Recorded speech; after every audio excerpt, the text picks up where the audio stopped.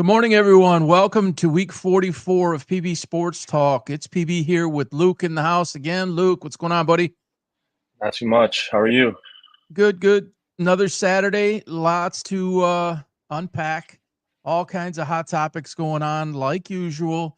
It's a constant 24/7 news cycle. Obviously, social media at an all-time high. Someone has something to say, they go up on social media.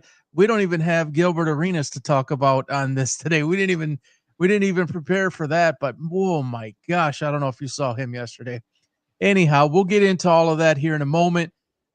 Just give you a quick rundown here. Obviously, week 44, as I mentioned, on the TV screens there, you're going to see we've got an interesting segment, I think. It's something I did in my entrepreneur background, business background. I've done a face-off like that before. It went off real well. So I thought coach and player and the fact that we've got history together, and maybe there's some things that Luke thought about me and never said, and things I thought about Luke that I never said and or asked.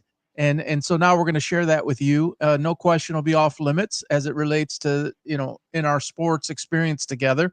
So we're going to save that for last. We'll have some Lions talk. We'll talk NFL rookies and kind of how that projects, the ESPN red zone deal, which I'm just shaking my head. Maybe some predictions in there, and maybe we'll throw in a few other things. So PB for three to start. I'm going to split it up into two different things. First of all, I'd like everybody to keep in mind, you can see some of the information there on the screen. All of our memberships are up live on what you see right there on the screen, patreon.com/PB Sports. You can get a membership with us. First of all, you can get on there for free and follow some of our stuff. There will be some stuff that's free. Some of the more deeper stuff, predictions, some of the training material and such will end up being on a membership basis. It starts at just $4, folks, $4, and you're able to get along for the ride on our show and have access to much more than somebody that has the free access as it relates to, where you're at in life. If you're a player, you're a coach, you're just a fan, or you're a parent of a player and you want some further guidance, Luke is going to take a heavy role in that here coming very soon, where he's going to do a lot of targeted talk. There'll be videos up there too, how-to videos, the 1-minute clips, 2-minute clips, 4, 6, 8, 10-minute clips, where Luke actually takes your son or your daughter through his lens as a former All-State player, things to look for, things to avoid, answers to questions you may have, things that will help you quell fears. And again, answers that it's always nice to know the answer of the test before you start the test, right? So Luke's going to help you with all that. I will help you from a coach's perspective. We next week actually we'll be putting a lot of material up there. Those will be member access only. So you will have to have one of the membership access points to be able to access that. So we look forward to doing that for you. So again, patreon.com/PB Sports. You can see it all listed up there.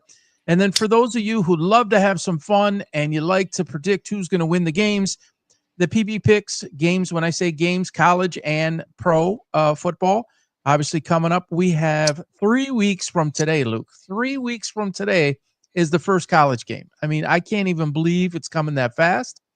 We had the first NFL quote preseason game the other day, Hall of Fame game. We're going to talk about that in a minute, but it's all here, folks. And just for the record, 1-0, we took the over and the total of the game, San Diego and Detroit. It was a nail biter there for a few, but ultimately it went over. And I think that's the start of some big things to come.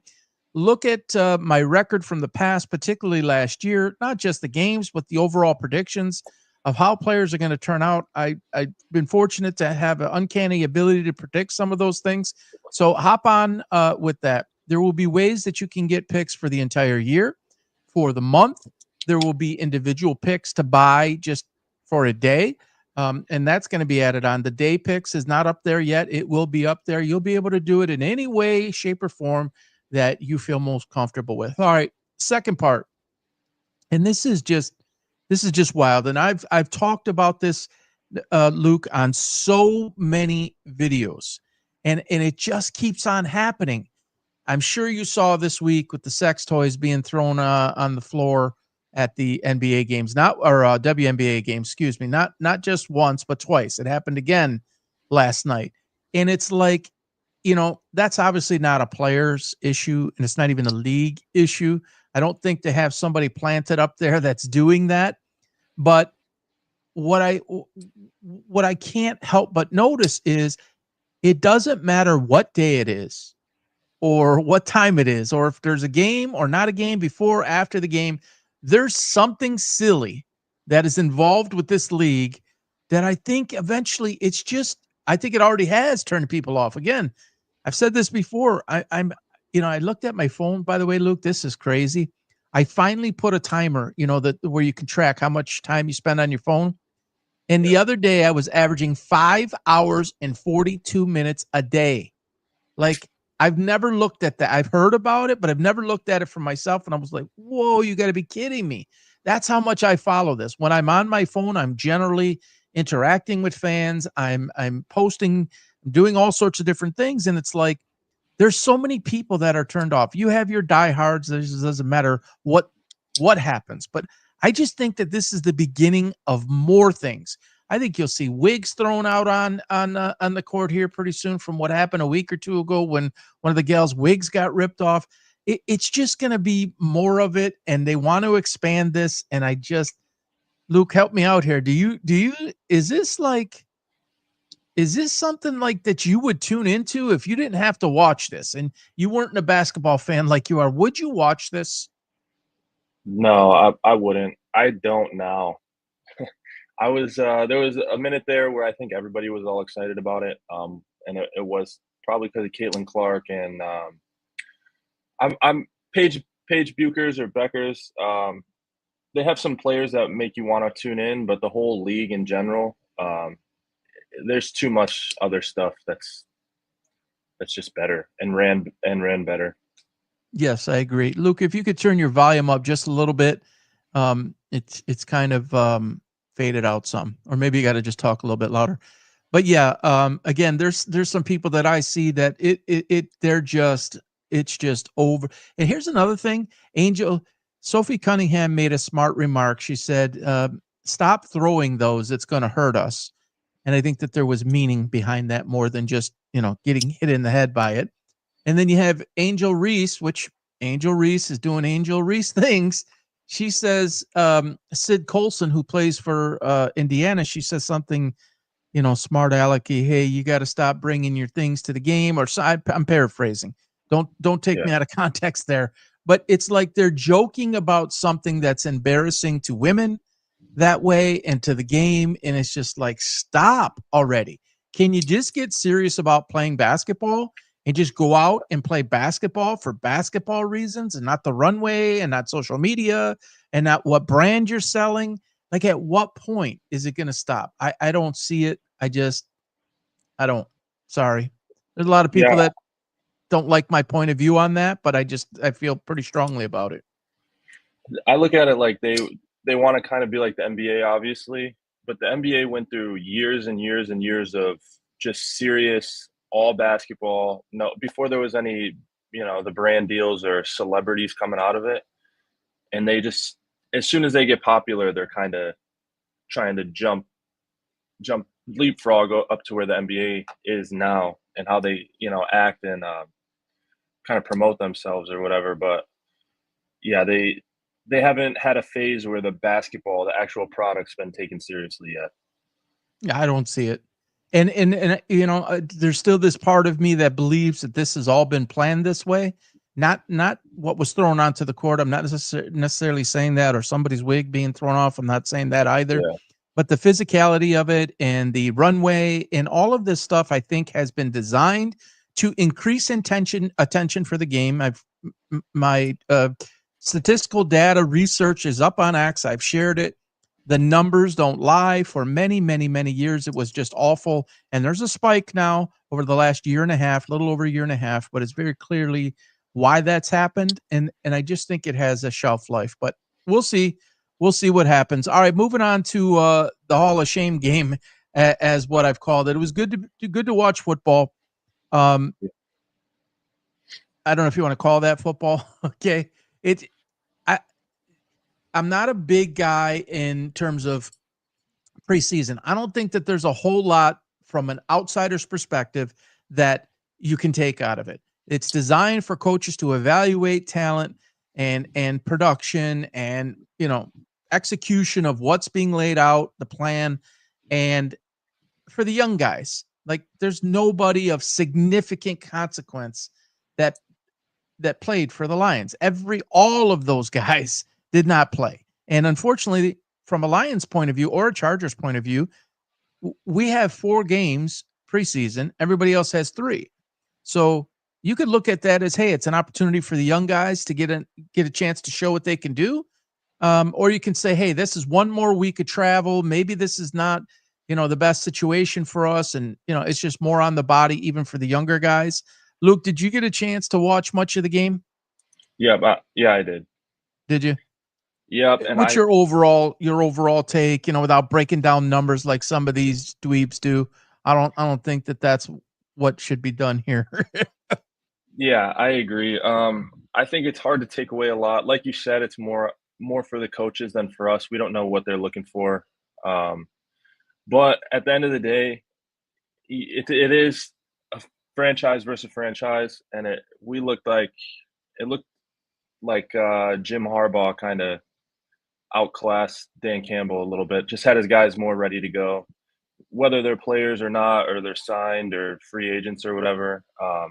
We just look kind of sloppy, and Opening that's not a kickoff, good. fumble the ball. Yeah, those kind of things. He's not happy about that, obviously, but at the end of the day, it's not going to make a difference in the long run. But yeah, it sucks to watch for sure.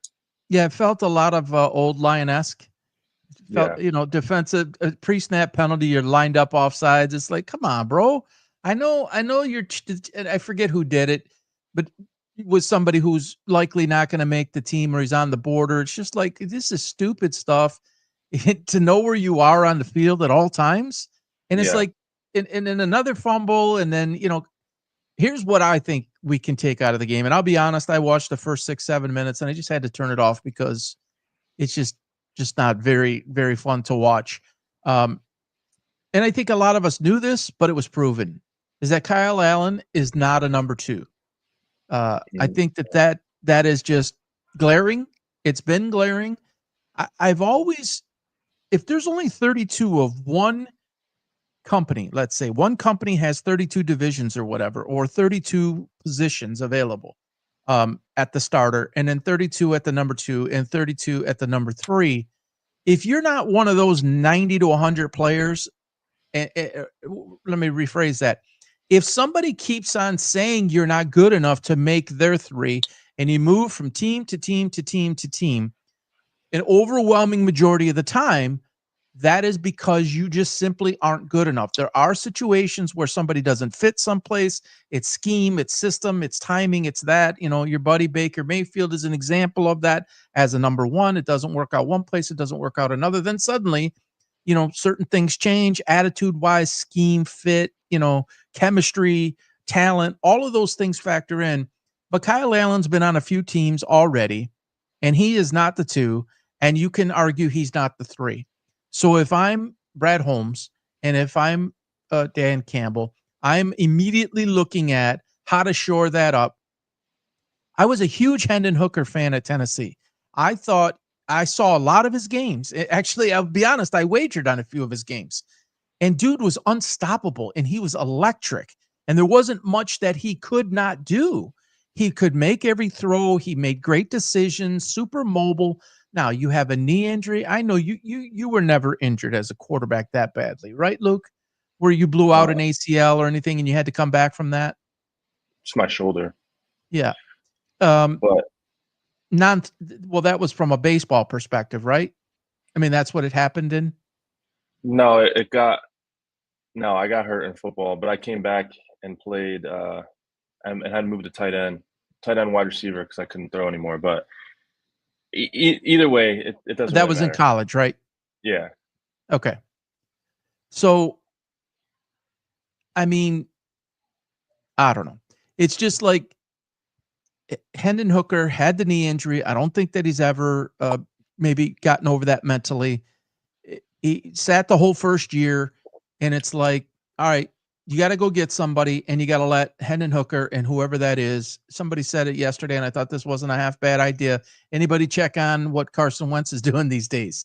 You know, Yeah. these guys who have become these journeyman guys, but they're solid mentally. Not that Carson Wentz is going to come in and set the world on fire, but if Jared Goff gets hurt, you have to be able to put in somebody that is not maybe at his equal, but can manage the offense and team and not do dumb shit like Kyle Allen did. Dude never had a strong arm, and you're throwing to the widest part of the field, and everybody in the world knows that that young corner is one of the hottest things going in camp. He jumps the route, and it goes the other way. You know, it's like you can't make that throw. Yeah. So that Yeah. part to me stood out. Yeah, I mean, where it stands right now, if Goff goes down, the Lions season's over. And that's just not a good thing. So definitely something as a fan that we can take away from that game is we need to, lock that position up for sure. And number two is our number two for a reason. So whether it was Gardner Minshew, who another one is a journeyman, whether it's Jameis, somebody mentioned Jameis Winston yesterday. I thought that wasn't a half bad idea. See, I believe he's probably the best number two in all of football because he can do all the things many times that a one can do, but he has that other side of him that he'll just start throwing 2 or 3 or 4 picks or whatever.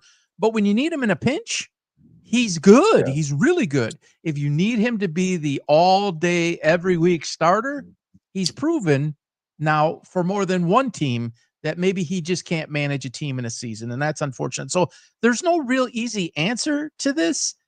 Any team, if it's Joe Burrow goes down, if it's any one of those guys that goes down, there's a huge drop off, and it's unrealistic to think that any number two can fill a number one shoes for a season. If it's a game, if it's 3 games or less type of thing, yeah, you're gonna situationally, schematically adjust. You're gonna lean on the run game. You're gonna do different things defensively to help yourself, but you cannot have him at number two. And folks, just a reminder here at the end of the show, we're going to do something very, very unique. Luke played for me in 2014, 2015. He played for me on a school team. He played for me AAU. And I had Luke before he blew up and became an all-state quarterback and an all-state. Would you consider yourself, you were power forward or small forward? You were small, right? I'm small forward, yeah. I don't know.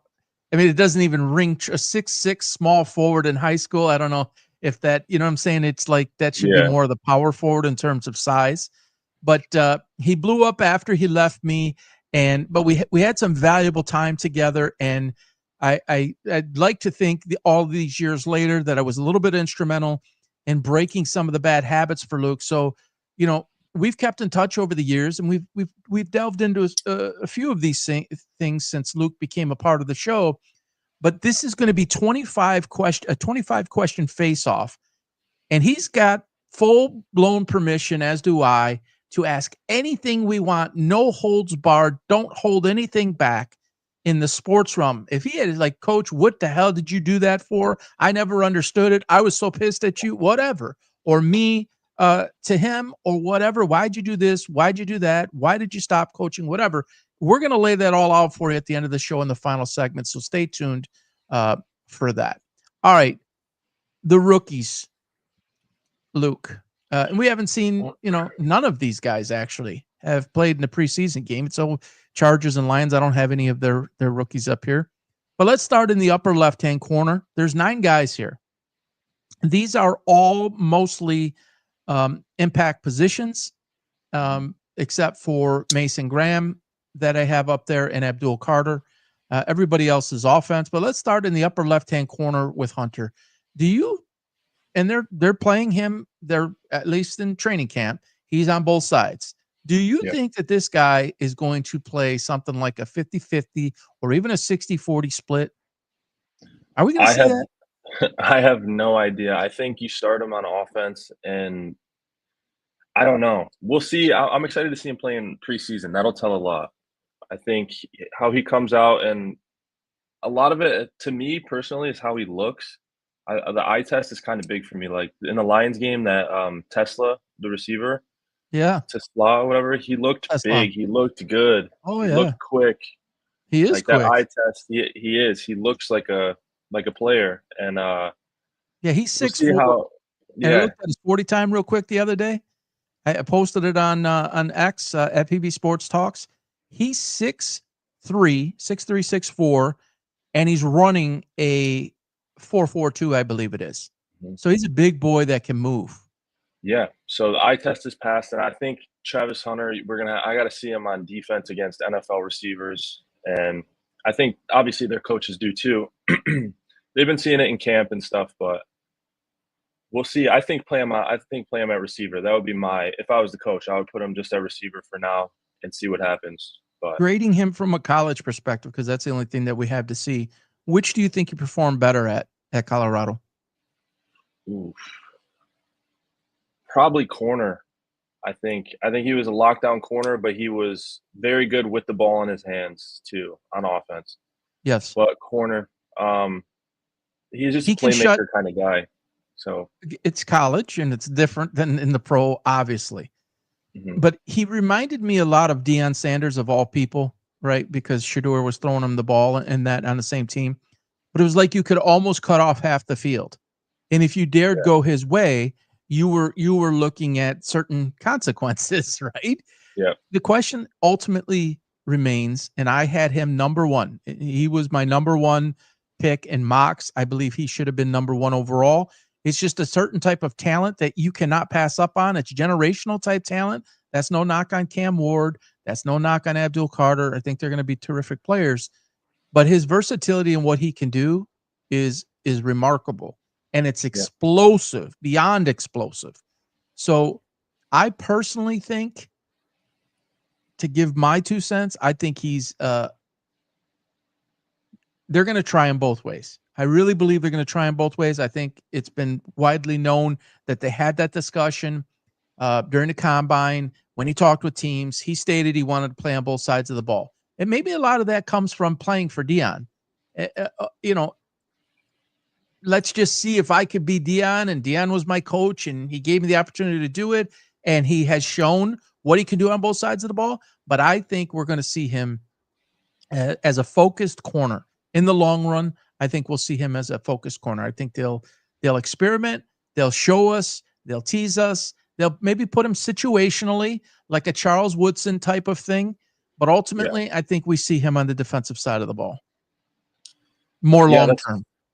that's fair. I think I was talking with one of my friends about this, but there's probably so many guys through yeah, like in the SEC Power Five schools that play corner or safety that were probably the best receiver or running back or quarterback on their high school team, but they get into that big conference and they play one side of the ball.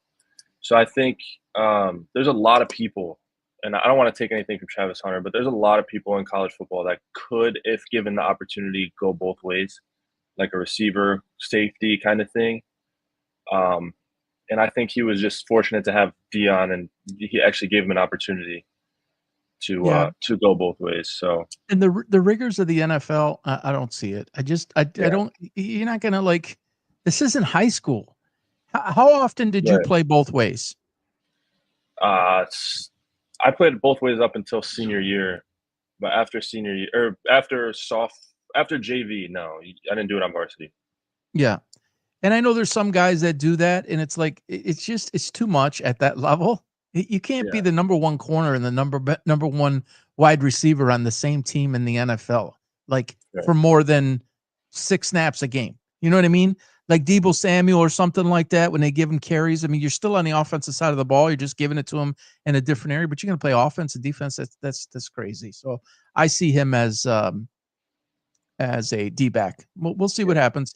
I know that's your team, and you got high hopes for your boy yeah. Trevor Lawrence. I think you're trying to grow your hair as long as him.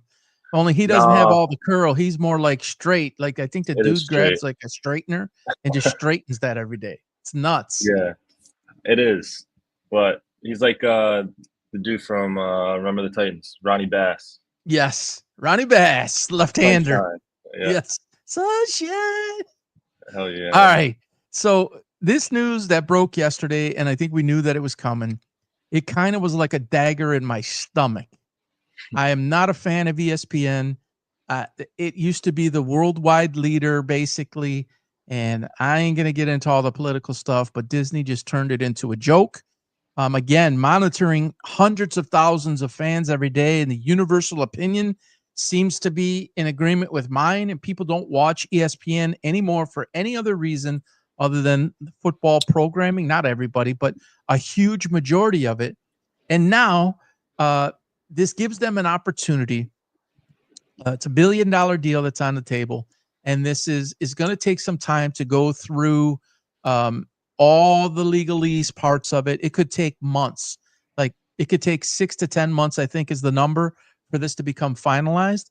And so I don't know exactly how that works legally, if they're going to start being able to enact some of that this year and take over some of the rights to it as this goes through the process. We'll see how that works. But let's just hypothetically say somebody said it yesterday. Again, I think most of us thought this, but he brought it up and it refreshed my mind. It's like commercial-free football. Every time the production truck for NFL Red Zone on Sundays, it might come in where part of a commercial comes in. It's like, Scott Hansen, we don't do commercials here. And I think that that's all going to change. And somehow, some way, they're going to put their grimy paws on this and ruin something so great. Now, some people say, leaks from behind the scenes have said, we're not going to change it at all. I don't see it because everything they touch, it seems like they ruin. Luke, are you a big Red Zone guy? Red Zone's the best. Yeah. Red Zone is awesome. So hopefully they don't touch it, but if they said they're not going to, who knows? It is ESPN, but that's the best thing about football Sundays with fantasy and all that stuff. All the bets you have on, just watching. I'll have my favorite game on one TV, Red Zone on the other TV, and it's the best watching experience. So that's what I was hopefully they going to don't ask mess you. that up. Do you have YouTube with the Sunday ticket? Do you normally get the whole ticket? Yeah, I did last year. I don't know what I'm going to do this year yet, but usually, yep. And so you're just basically, it's the one game you want to watch, and then you got Red Zones obviously flipping through games. And that's how you enjoy watching it? Yep. So if it's the Lions, it'll be the Lions, or so you got legit two TVs next to each other? Yeah. Like we have on this screen? Man, big time over there. I thought maybe a laptop or a tablet. My man's got like two 85s next to each other or something. No, we've set up 2 laptops and 2 TVs and have 4. Yeah. Man. You got DraftKings on or FanDuel on one laptop? I bet. No pun intended. FanDuel? I bet you got FanDuel or DraftKings up on the laptop. Yeah. Well, you will this year because it's not just going to be PB picks, it's going to be LP picks too. Or PBLP or LP3. His number was number 3, folks, for quite a while, and 11. So we might call you. Which one you like better, LP3 or LP11? LP3's got a ring to it. Yes, it does. PB and LP3, that's got a really good ring to it. Yeah. So, anyways, I hope somehow this deal falls through. I mean, sorry to say for some of the employees that are behind all of this, but this scares the living daylights out of me. It really does. Yeah. All right, moving on to the soap opera in Cleveland. Some of my friends that I talk, Roberto, shout out to Roberto Shenanigans. He's on the beat quite a bit for Cleveland. We chat almost every day about this. I don't know what it is. I don't even know how to describe it anymore. And again, I'm on record. I said Shedeur Sanders would be drafted in the 5th round. Only person in the world to do that. I said, Cleveland, stay away from him. I specifically mentioned Cleveland on January 19th in the video. You can see it up on my X at PB Sports Talks or on YouTube at PB Sports Talk. And the hubbub daily. And you have ESPN Cleveland and you have others that continue to do, you should have seen all week long, Luke. We talked about this last week about the stats, the training camp day stats, 3 for 10, 7 for 10, how many interceptions, how many touchdowns. And they're doing it. And is he playing against the 1s, the 2s, the 3s? Apparently, they've had him on the practice field quite a bit separately from the team at times, then on the field at times. Then Pickett, since we talked last week, he he injured his hamstring or whatever, and he missed a couple of practices. Apparently, he's back now. And as soon as he got hurt, everybody's like, "Oh yeah, so now maybe they'll give Shedeur the chance to do with the ones or the two, not the twos. He's going to be with the ones. He's going to be with the ones." And you see these highlights. Guys do these clips. Oh, look at Shedeur Sanders with the dot. And look at Shedeur Sanders just drop this in. And Shedeur Sanders, this is a Hall of Famer in the making. And it's all clickbait. I get it. Yeah. You're trying to bring in attention. Like, it's training camp. It's my favorite freaking player, Jackson Dart, who I said will be the best quarterback in this draft. If somebody starts to show me that stuff and says Jackson Dart, I'm not going to like hop on that train and say, see, I told you, it's freaking training camp, for Christ's sake. And even if he goes and does that in a game where he's playing against a bunch of number threes, you still can't read too much into it. So the part that I just can't figure out. So those of you who don't know out there, Luke and I are from Michigan, but we are both in Florida right now. I live in Florida permanently now. I'm 53. I spent 52 and a half years in Detroit, not in Detroit, 19 and a half in Detroit, and the rest of those 52 and a half years in the suburbs, about 15 to 20 miles north of 8 Mile, which most of you have heard. Luke kind of goes back and forth a little bit. So I've lived through it, multiple decades longer than Luke, of how bad the Lions were for so long. The Browns are basically one of those teams now that have been around forever and can't get it right no matter what they do. And what you see on the screen there is Jimmy Haslam and his wife come out during training camp during this week, and he gets up in front of the media, just as you see. You can actually see somebody's phone there, and they're interviewing him, and the question comes up about Shedeur Sanders, whose decision it was to draft him.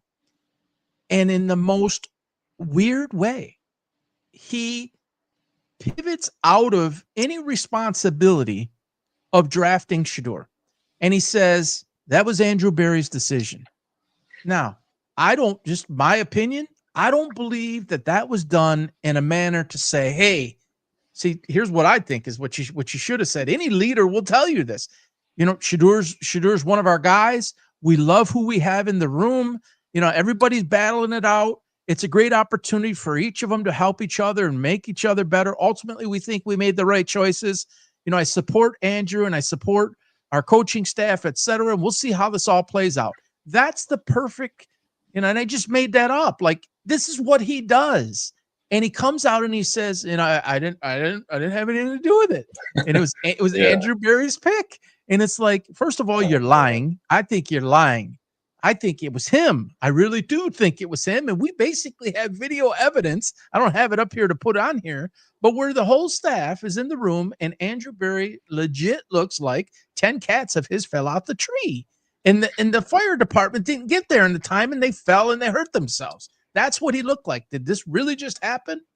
And Jason Whitlock, many people know he was on ESPN. He was on Fox for years. He's got a pretty big platform. Him and I interacted this week, and I put up my opinion, and he says, or maybe it's just him taking up for his GM, supporting his GM. And I don't see that. I don't see him supporting his GM. What I see him doing is detaching his hitch. And I'll get your thoughts here in a second. He's detaching his hitch to anything to do with this, and he's kind of kicked the can or moved it over here because in my opinion, there's something going on here behind the scenes that we don't know, that maybe we have an opinion on. I believe that there's something about him that they do not like, and it's not race, people. It has nothing to do with race. If you don't think that this guy wants to win, or Berry or Stefanski or anybody on that staff does not want to win, they don't give a shit what color he is or anybody is. It's about, can you produce? And there might just be something about him and the way he acts behind closed doors, which we've seen him act that way in front, but now he's changed that whole persona. And now he's this, he's doing everything right, but we don't know what happens behind the scenes. I think there's something they know. I think there's something Jimmy Haslam knows. Luke, what do you got? Yeah, I think you're absolutely right about how he answered the question. He definitely just saved his own ass about, like, if whatever happens, it's not me. unless it's good, then I think we have the right people put in place. Then Yep. yeah, And then he'll take credit for it. right. He saved his own skin there, and he's just coming off one of the worst moves ever with Deshaun Watson. So like, He said Deshaun's still in it. Deshaun's still working. He even brought up that. yeah, that's It's like gonna you be can't defend the indefensible, bro. You yeah, can't. yeah, that's gonna be that's under him. That's one of the worst moves of all time. They tanked their whole franchise. I mean, they weren't anything worth tanking, but what I'm saying is he's trying to save his ass so he doesn't have to like look bad again, and that's not really good leader quality, like you said. But as far as what's going on behind closed doors, I have no idea. I think I just think the guy's not that good. But what about Simple as these that. darts? What about these darts in practice? And he's just laying it in there. The narrative going around right now that I see on my X is Sanders isn't getting a fair shot. He's not going to get a fair go at this. That's on everybody's X. Believe me. It's like, dude, it's the NFL. Like, what do you like? Do you know how many quarterbacks went that late that got 3 reps in practice, made a bad throw, and now they're out of the league for the rest of their life? Like, what is a fair shot? It's not. If he was to get different type of treatment, it would be special treatment. Like, it's cutthroat. It is what it is. So drafted in the 5th round, do you not believe, as a former quarterback, do you not believe that he deserves a chance to show what he can do with the ones? Or Dylan Gabriel, for that matter, in the 3rd round pick? I think you show it with what you get. You just get what you get, and you show the best you can. He's on the worst team in the NFL with probably the worst quarterback room. If he was good, he would look like a starter versus the threes or whatever. According to Grossi over there in Cleveland, he continues, and others continue to say, and again, who knows if this is clickbait or not, they continue to say that he looks the best out of all 4. Okay. So is Cleveland tanking? Are they just deciding not to do this because they feel like they made a mistake? Like, who would do that? The fans in Cleveland, and this is a shout out to you, dog fans, one of the best fan bases in the world. Nobody wants to get their ass rode 24/7, 365 about how bad you are, how embarrassing you are, and they're opening a new stadium. If this guy had it, wouldn't they give him? He'd be with the ones, and then they would be answering a different question. Well, why did you wait till the 5th round to take him and you have him with the ones? What have you seen that justifies having him with the ones? You don't think they want to have that conversation? If that conversation was able to be had, it's going to make life easier. It's going to build the brand bigger. It's going to bring focus on your organization for the right reasons, not all this freaking nonsense. So the theory that they're holding him back intentionally, like, so you wasted a 5th round pick. This bullshit about a 5th round pick being like, we can just do whatever and throw it against bullshit. Will Howard in the 6th round for the Steelers might end up being terrific as this whole thing lays out. The Lions have one on their team, sixth round pick. There's a lot of guys, 5th and 6th round pick, who make it in this league if you know how to draft. Bill Belichick mastered that. So we just threw it away and we saw value and we just decided to pick the guy. It's still bullshit. Yeah, especially for Cleveland that has so many needs all over the field. You can't blow a pick at 7th round. If you got 3 6s, 2 6s, 3 7s, you best be trying to make yourself better all day, every day. It's jobs on the line. It's ticket sales. It's merchandise. It's this clown. It's, he has been a very successful businessman. No question about it. I don't know if you ever seen the what do they call it? The flying, he owns the gas station company where you can, if you travel and you go in these stations, they're beautiful. They got all the, when I say stations, gas stations, all the beautiful stuff to buy. You could take showers in them, flying, whatever. I forget what it goes, but he owns that. And I've been in one. And they're nice, and it's got a computer board, like a A screen you see in the airport about you're next up to go take a shower in certain stall. It's clean. It's beautiful. He's been very successful. That doesn't make him a successful business owner, and it doesn't, or a football franchise owner, and it doesn't mean he puts the right people in place to make those decisions. And we can attest to that from being with a franchise that always got it wrong and then got it right. And obviously you could see the difference. You're in the conversation for the Super Bowl every year instead of in the conversation for being the most drama. All right, I got something that's not going to be popular as it relates to this. I touched on this during the week and I got blown up. So here's my theory, and let me qualify this first. I'm looking directly in the camera here. The C word, cancer. It's touched my life in ways I don't wish on anybody. I lost my mother to the disease. I lost my father to the disease. I lost a lot of people to the disease. I am in no way minimizing the effects of the disease and what Deion Sanders has gone through. That's very serious.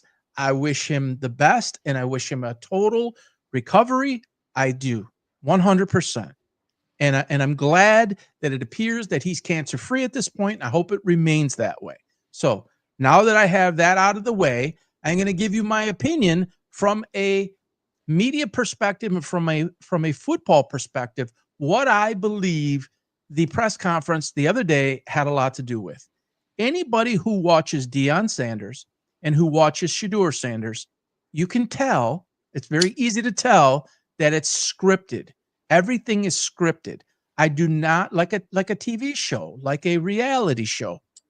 I don't understand why Deion had to go out in front of the public in this big press conference tomorrow in Boulder, Colorado at 10 a.m. Central Time or whatever. And Deion's got this important news to talk about. I don't understand why he needed to have a press conference like that and do this big to-do about his health when he's not leaving the team. And they believe that he has beaten it or that he is cancer-free. And again, good for you, Deion. And I loved Deion as a player, by the way. I mean, I grew up on Deion, for crying out loud. Yeah.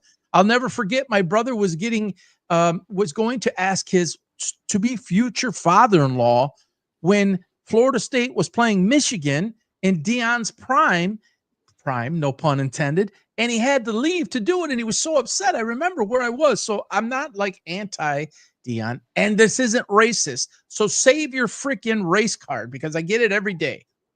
Why does he got to get up on the screen and talk about himself for 30 minutes? Okay, he thanks the doctors, great, blah, blah, blah, but he's coming back. It's not like he's going to miss time. You don't need to have a press conference. Then he starts talking about his kids, and they don't know. And then he starts talking about Depends, like he has to use Depends now because of what happened with his bladder. And then he's got to mention that it's one of his sponsors and that they're working on things. It's just all scripted. Then when you look at him, meaning Shedeur, and you look, oh, he's the first one. I see this every day. He's out at practice 30 minutes before everybody. Mm-hmm. And oh, look at everybody's gone, and he's out there for 30 minutes. And look at he's shifting his hips, and he's throwing the little ball against the goalpost pad. And look at the work he's putting in. And this guy's committed. I believe Deion did what he did to help bring more attention on him and play the sympathy card. Like, this is my son, and you got to take care of my son. I believe there's something there. He's intentional in everything that he does as legendary, and the whole thing about when he didn't go to the draft and they made the whole thing at home. It's all that, in my opinion. Don't mean to offend anybody in terms of cancer. That's not what this is about. Didn't need a big production like that. And the whole world watching to talk about you and your kids, because he's got to control things. Luke, what do you think? Yeah, I think you're right. It feels super like not genuine, both of them. And I love what you said about coming out to practice early and staying late and stuff. Like, dude, it's not, go home, you know? Like, I've had coaches before, they've said, like, there's something about people feel like, oh, I want to make a good impression. I'm going to show up a half hour early. I'm going to do this. I'm going to do that. And it's like, you don't, I've had coaches tell me, show up 15 minutes early, give it your all in practice, maybe do a little bit extra at the end and go home. Nobody wants to see, like, it's so obviously kissing up when you're a half hour early or whatever, or like half hour is not bad, but you're staying after every day and showing up super early every day. And I don't want to criticize everything the guy does, but like you're right, it feels like disingenuous. Well, he knows the Not camera's good. on him. Right. It's not like he's in the building studying film. Like, I Mhm. totally respect all those guys who get there and put Yep. in umpteen hours and the rest of the team is not there. But Yep. it just goes to my theory that it's scripted. He knows they're watching. He wants to play this card and he wants the public behind him to help force Cleveland's hand. That is my opinion. Yeah. It's really been my opinion all along. And that man right there, I believe, along with Mark Trestman, who is a friend of Dion's, and they played on the same team together. I think they orchestrated this pick, and I'm going to go to my grave with that. And people could say, something different. You're entitled to your opinion, but they don't draft that guy if that man standing right there who owns the freaking franchise does not sign off on it. It's not possible. You don't Right. draft a polarizing guy like that, and you're the worst franchise in the league, and use a 5th round pick on him if you didn't run it by him. Right. And I just want to clarify real quick. I'm not saying that because I know we're have a broad. We might have kids hearing this and stuff. I'm not saying don't show up early and don't do the extra work, but I'm saying there's a way to do it that doesn't make your teammates look lesser than you. Like when you're saying that he's out there by himself, like maybe bring a group of receivers or bring another quarterback with you and get people to work. It makes it look like Gabriel's not doing anything extra or Flacco's not doing anything extra when they are. They're probably in the facility doing extra things in the weight room or doing extra things in the film room, but there's no cameras in there. So And where's as I was where's taught a Shedeur? long Go ahead, I'm sorry. I was gonna say, but where's Shedeur? Where the cameras are, obviously, Yeah. and I was taught a long time ago, it's what you do when nobody's watching. right, That to take it a step further, it was like taught, if there's 10 CEOs from a business perspective, if you own a business, if there's 10 CEOs and that camera in the ceiling and they're critiquing everything that you do, but you don't know they're there doing it, it's what are you doing in those moments? This Mm. guy is a showboat and he wants to be on display. Look at me, and you got to give me a shot because of this. I truly believe that. And Dion, I guess he was on last night. I forget who he was on with or yesterday. Don't quote me on the time. But yeah, I can't wait to see him throw the deep ball and all this type of stuff. You said it last week. How long is it going to take before he gets involved? He's never not been involved. He right, was involved in the whole process, and he can't help himself. He just can't. yeah, yeah. I see it. Crazy. But at some point, he's gonna make it. I don't know. It might be a big deal at some point. He might come out and say, "We need him out of Cleveland," or why don't they just start him? And then after everything they're putting out in training camp, the media is gonna swarm it and riot and say, "Yeah, give the guy a chance," and then And maybe he'll here's get the it. other thing, and that I'll say that you could call this sticking up for the guy. Let's say the first preseason game, he gets a full quarter and he doesn't perform well. That's not the end all be all either. You Right. cannot make these judgments based on these small little windows and expect it to go perfectly. Like Mm. Dylan Gabriel went, like, here you go with the statistics, 3-13 or something like that yesterday, with 1 interception. That's not that. I don't think that that's Dylan Gabriel over the long haul. If Shedeur comes in and he plays a preseason game and he plays a quarter and he goes 3-for-13 with an interception, I don't think you could take a brush and say that's him forever. I just don't. Right.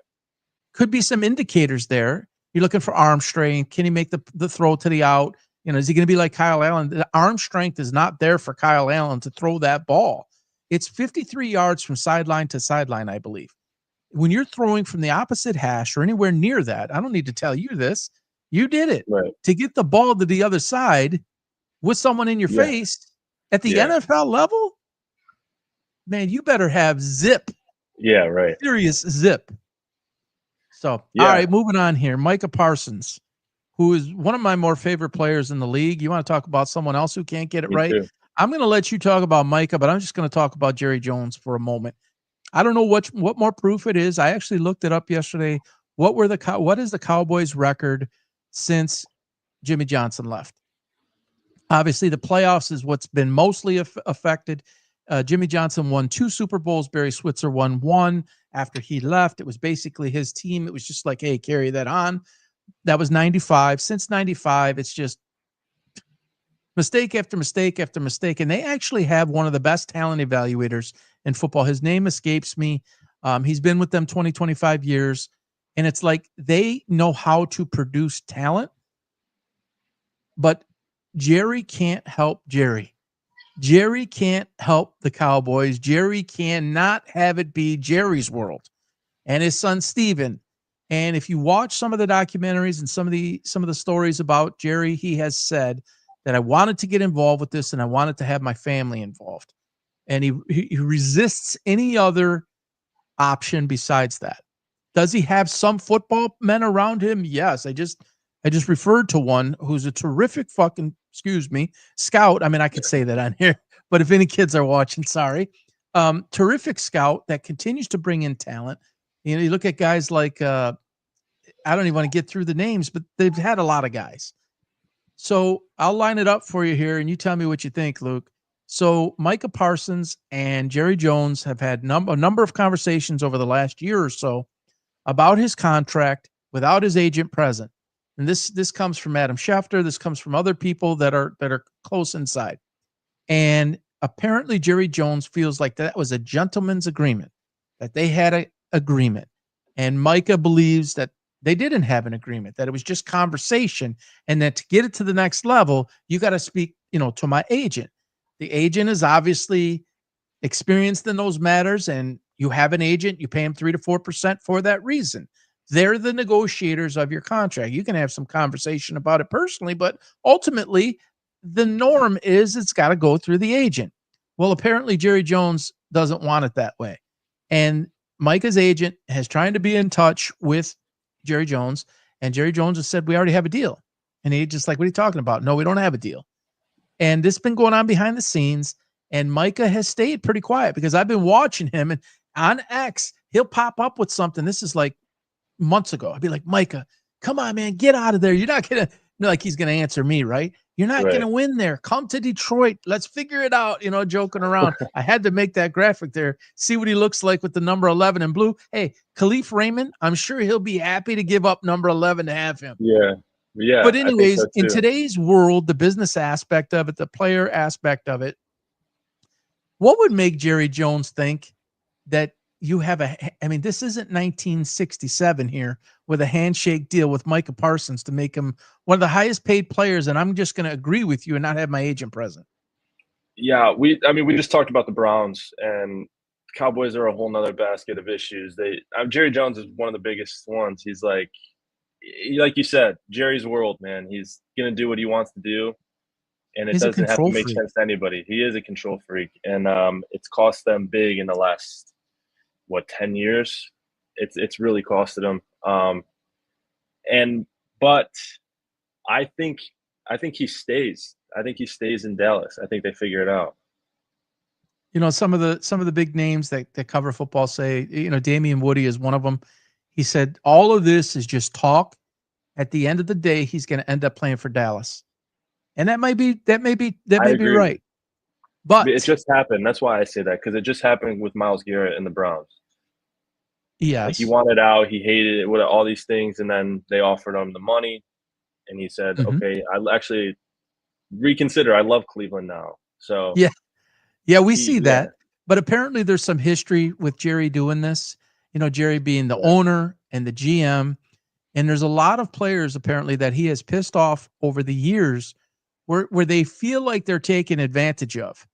And as we've gotten into the social media world, and Micah, participates in that, but he does it classy, because I've watched him. He doesn't get up there and spout off stuff, just stupid stuff. It's generally, well-intended things. It's usually not about him until yesterday. But to actually formulate a goodbye and a thank you to Dallas is a step that we didn't see Myles Garrett take. True. Not publicly. True. Also, it might be like a turning point, like a final, like a last straw kind of thing. Like, could be. Jerry did this for the last time, because I saw CeeDee Lamb was pissed off.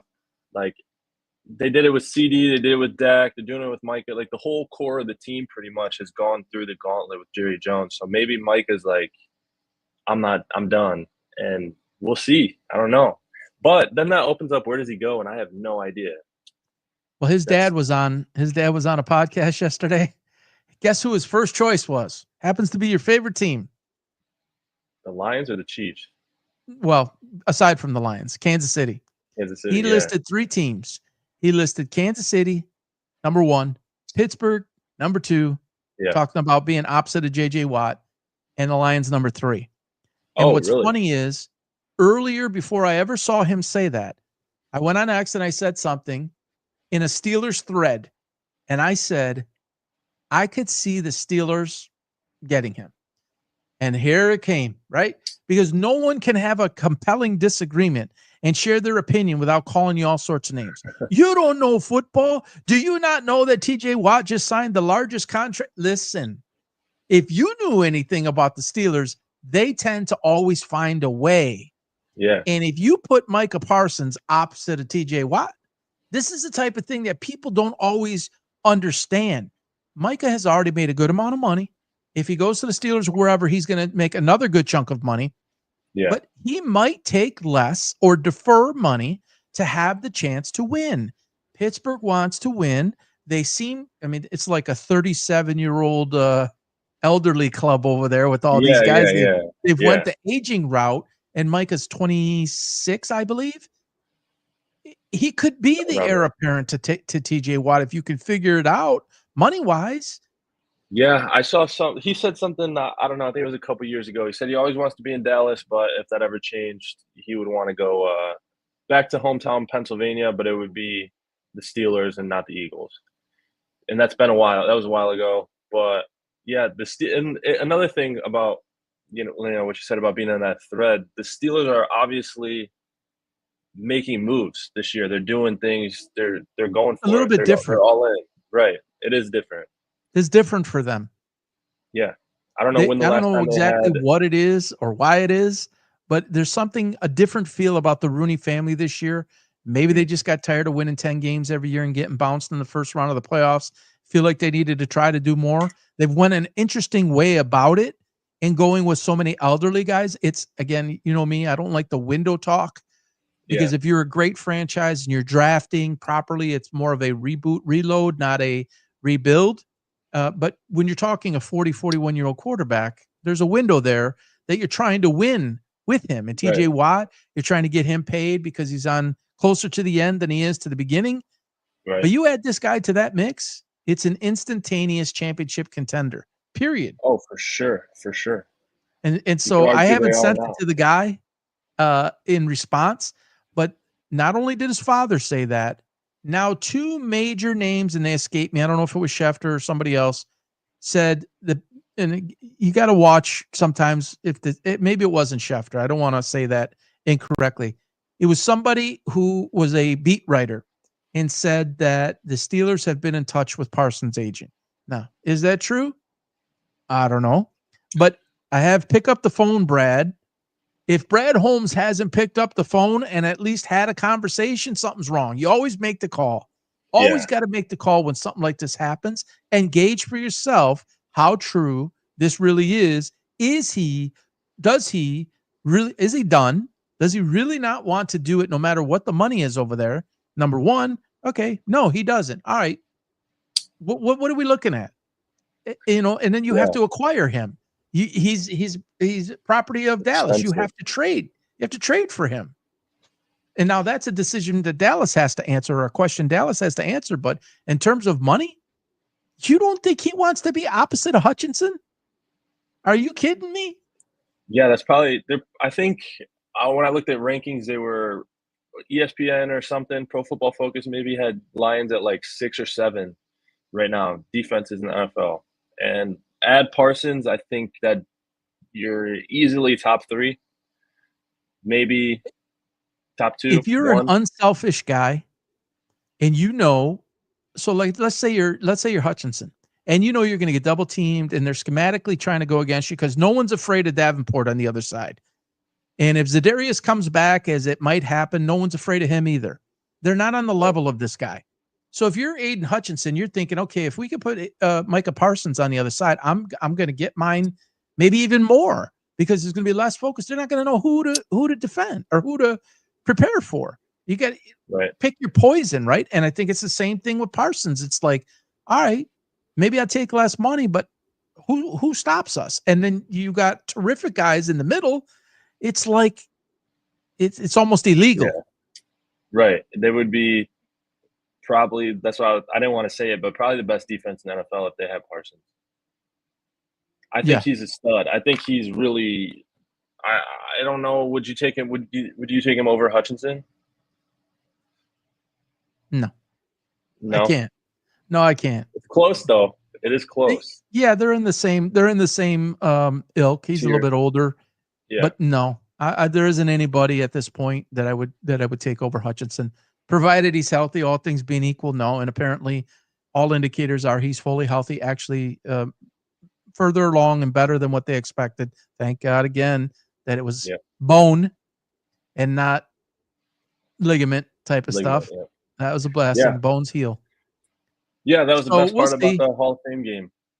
Seeing him up, and that was the best part about the Hall of Fame game. Seeing him walking around talking and stuff. So good. Yep. It's a long shot, but if you're Brad, you make the call. We'll see. We'll see how it all plays out. I cannot see him going back to Dallas. I just can't. Dallas. All right, back to this here real quick. We talked about Hunter. Cam Ward, your thoughts? Oh, he was throwing dots in practice yesterday. They were saying, look at this guy. Yeah, I mean, based on college, I think he's a stud. I think, I don't know anything. I've seen him throwing in practice and stuff, but like you said, it doesn't matter. We'll see him preseason. So base it on college and project. Projection, I think I like Jackson Dart, but I think Cam Ward is going to end up being the best quarterback in the draft. I guess that's he's the number 1 overall pick, so that's not saying anything crazy. But I think, I think he's got the tools and the right mentality. Did you see his interview yesterday? I didn't. You got to look it up. If young people out there, even freaking players, everybody should watch what he said. It's a 1-minute clip, and where he talks about his father grew up a certain kind of way and what it meant to be an NFL player and how he uses his time. And if I did this and this and this, then I couldn't be a player. I would encourage everybody to look up Cam Ward's 1 minute. The guy's got it together. It's a lot like when Shedeur said, hey, don't you take your Saturdays off? You want to drop a record? He said, I'm a football player, right? Yeah. He says, I'm here to play football.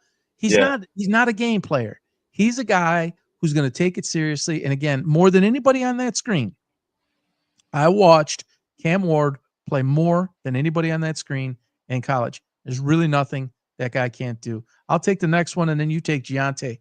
Abdul Carter, talking about Micah Parsons, same mold, same type of player, same type of size, same school, right? Linebacker, dude can freaking fly from sideline to sideline. You have to go directly at a guy like that, because you put him in the chase position, he's stripping you from behind, and he's having a field day, and there's nobody he can't catch. There's no running back he can't catch from behind coming all the way across the field.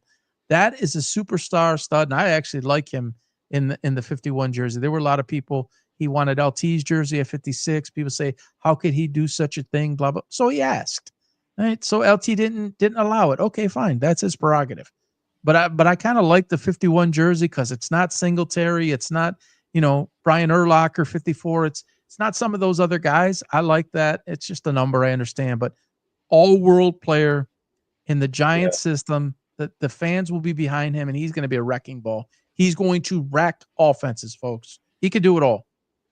Yeah, How about Giante? What do you think?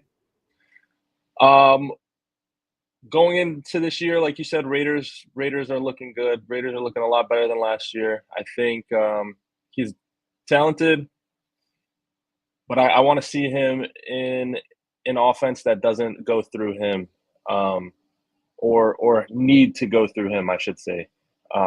an offense with other weapons, and maybe it helps him, or maybe the 30 carries a game. He's not getting We'll 30. see. That's what He's I'm not getting saying. 30 at the pro level. I know we Right. talked about that last week. Yeah. So hopefully that is good for him, but it also could be a bad thing because who knows? But he is a stud. He is. I honestly didn't watch Boise State too much last year, but Huh. all the You had to highlights stay and up stuff late like that. to watch Yeah. them play most of their games. So for him, from what I have seen, he's a stud, and He he's can do gonna. everything. Yep, he's got a good body too for a little running back. He's built like he's in his 5th year or whatever. So Yeah. He's like a lot like, I'm not comparing them, but how Mark Ingram was that stocky type out yeah, of Alabama. yeah, Deontay is going to be light years ahead of him. I'm not comparing the two, but just the body composition, the body structure, thick, low, kind of low to the ground, not an overly tall guy. He could do it all. He's got phenomenal hands too. All right, I'm going to take yeah. Tata because I was on record in my mock 1 and 2 prior to the draft.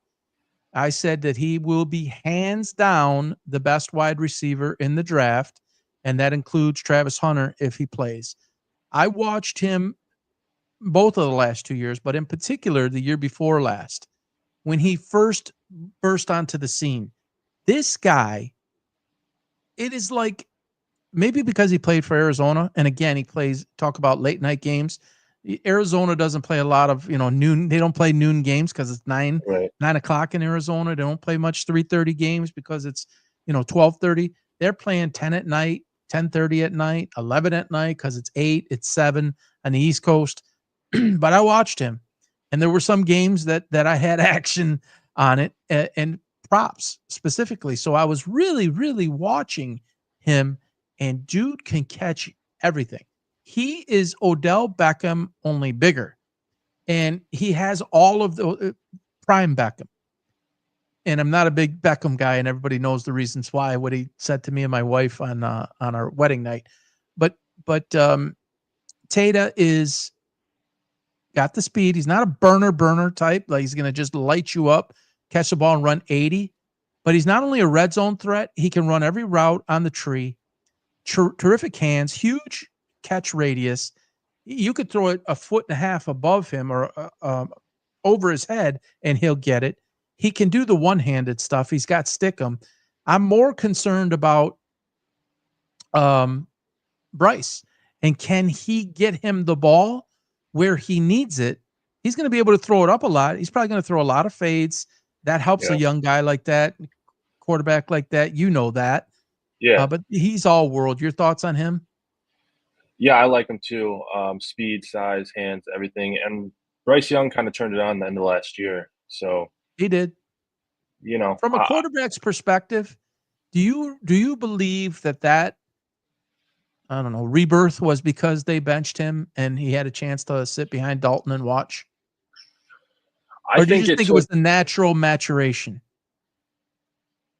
I think it took a lot of pressure off. People think that getting benched and getting put back in like adds all this pressure to you, but really for him, felt like he's had the franchise on his back the whole time he's been there. And then getting benched and coming back in, it kind of feels like a transition, more like, let's see if you're ready now kind of thing. And it kind of, I think mentally he was playing more free. I watched him last year, at the end of last year a lot, and he looked a lot more loose and he looked good. And I'm not a Bryce Young fan at all. I hated what he said on draft night, or it was a Heisman ceremony maybe, but he was talking about. I don't want to get too far off subject, but I'm not a fan, but he did look good. He did look good. Yeah, I think that break actually helped him. So we'll see Yeah. what goes on there. All right, Tyler Warren, you got hair growing like his. What's your thoughts on Tyler Warren? I think Another him Penn State and guy. yep, him and Brock Bowers are going to be neck and neck for a very long time. I think Tyler Warren. Did you watch him a lot last? A lot. He. I had a lot of props on him too, so I was watching him closely. They were hit. It was like same as Brock Bowers. They handed him the ball off, throwing him deep, throwing him short. They were doing everything with him, and I feel like I like Brock Bowers, but I feel like Warren's a little bit more. Don't A little even. more. What? Don't even. What? Don't tell me he's better than Brock Bowers. No. I'm not. I'm gonna say Warren's a little more gritty. It feels like as far as fighting for the extra yards, or he just Well, seems more. Brock's losing his hair and Tyler's growing it out. I think that's what you Yeah. see with the grit. No. Dude I looks like he think just came out of the woods or something. I like Brock Bowers a lot, but I think he's more he's more athletic, but Warren's more gritty. Beastie. I feel like Yeah, we'll see. he well, I think he's like almost a little bit wider body, if that makes sense. Yeah. And maybe it's the number too. The number that he wears. I don't know. I actually think he hit the wall last year. I think the usage was so much. I actually tend to see him slow down as the year went along. Running them out of the backfield. They're running bubble screens with him. They're running middle screens with him at a tight end. It's like he has that type of ability. Again, this is another guy that could end up being the product of the system. Anthony Richardson, sorry, he's a bum. I knew he was a bum when he got drafted. Is not much is going to change. I was going back and forth with Orlovsky yesterday on his feed that if Anthony Richardson ever turns out to be something, he needs a change of scenery. It's not going to happen in Indianapolis. Getting Daniel Jones was the right thing in my opinion, right thing from an organizational standpoint, but what I believe is a fragile mentality for Anthony Richardson is not going to help him. I think it's Daniel Jones' team to start. Richardson's on the bench. Daniel Jones is the better option for that team, I think, and he's no world beater, but he's got those choices throwing him the ball. That's not very warm and fuzzy. No, it's not. But who did Bowers have last year? Aiden McConnell and a bunch of nothing. I got it. So now he's got Geno Smith at least. Yeah. So I think they're close. That's a good point. And Daniel Jones, he's actually a pretty good play action guy. It's like any time he ever had to stay in the pocket and not run around, he couldn't do it. And he didn't have a lot of talent with the Giants in terms of at the wide receiver position. He had flashes, but he was always looking to run. Never, hey, I'm going to stand here. I'm going to go through my reads and I'm going to make the good throw. And who knows the exact reason why. But Tyler Warren is a hell of a security blanket, and Michael Pittman over there. They've got some guys, Josh Downs. They've got some players over there. He's got some options that he never had before. So we'll see how that works out. All right, Emeka. He's going to be another option for your boy Baker Mayfield. And it's like, how many weapons does that guy get? Mm-hmm. He's got them all over the freaking field. Go through it since that's your guy. Mike Evans, Godwin, now Emeka. McMillan, the wide receiver, is good. They got Bucky Irving, who's a stud. Cade Otton. I love Cade Otton. Oh my God, no gloves. I call him Kyle. He's gritty. Mm-hmm. Yeah, he's good. Am I forgetting anybody? This dude, he's a lot like Njigba. Yeah. Maybe not as tall, but I think that's the type of player you're looking at. Abuka's good, man. He's been giving me fits as a Michigan, or us, I guess, as fits as a Michigan fan forever. So I felt like he was. I think he kind of blended in with Smith and Jigba as far as like their names are kind of similar, but they just watching Ohio State, not really being a fan of them. It was like they always got somebody like that, so they kind of were the same to me in college and hopefully in the pros too, because he's a stud. And Baker's a really good quarterback. He spreads the ball around. Like he doesn't necessarily get locked in on one guy. I mean, obviously if Mike Evans has the hot hands, he's going to look for him. Yeah. Same with Godwin. But you look at the stat lines, you see Evans 7 catches, Godwin when he was healthy, 8, or you see 6 and 7, and then Otton's got 4 or 5. He's great at spreading the ball around. So this is one other option that they're going to find a way to get him involved in the offense. He's going to have 4 guys. Because, you said McMillan, and you can't forget about him. They got oodles of depth there. Baker's going to He's a big part of the future, too. Evans and Godwin aren't young as springtime anymore. So, interesting pick. A little bit surprised that they took him when they took him. I think he was 18 I want to say. I don't have it up, but a little interesting. All right, we talked about Sanders. We don't need to beat that horse. Mason Graham, Michigan guy, 4th overall, or was it 4th when they switched out with Jacksonville? I believe it was. It's top 5. Yep. Speaking of the Raiders, I wanted them to take him at 6 if he was there, not take Giante, and then circle back and get Travion Henderson, which I forgot to put him up here, so I'll cover him too. Here we go again. The first week, rookie camp. Oh, the Browns made a huge mistake. Mason Graham looks slow. Look at this. Oh my gosh. And then this last week, oh, Mason Graham is a beast. Some of the same people. It's like, just, you know what? Be decisive, have an opinion, and freaking stick with it. If you go down with the ship, go down with the ship. If you stay upright and the ship keeps sailing, then stay with it. But pick a side, freaking stay with it. I think this dude's going to wreck a lot of games. I think he's got all the tools. I think that was a solid pick where they took him to trade out. It was actually pretty smart because they acquired some picks. How they use those picks, you can question. But that's a nice guy to have there with Myles Garrett. They're gonna wreak some havoc. Your thoughts on him? Big fan. He's Michigan legend. He's Mr. Reliable. He was always there, always making plays. Kind of a forgotten guy with like Hutchinson for a minute there, and then we just had a lot of big names on defense. I feel like the attention wasn't all focused on him. Right. Yeah. And this last year it was more so, and he still had a good year. So I'm a big fan. I like him a lot. And he's good in the media too. This last year, with Michigan being down the way that they were, yeah, I think that hurt him from a national perspective in terms of, let's look at this guy. I mean, the true scouts know it, but from an everyday fan perspective, I don't think a lot of people knew who he was. Right. I really don't.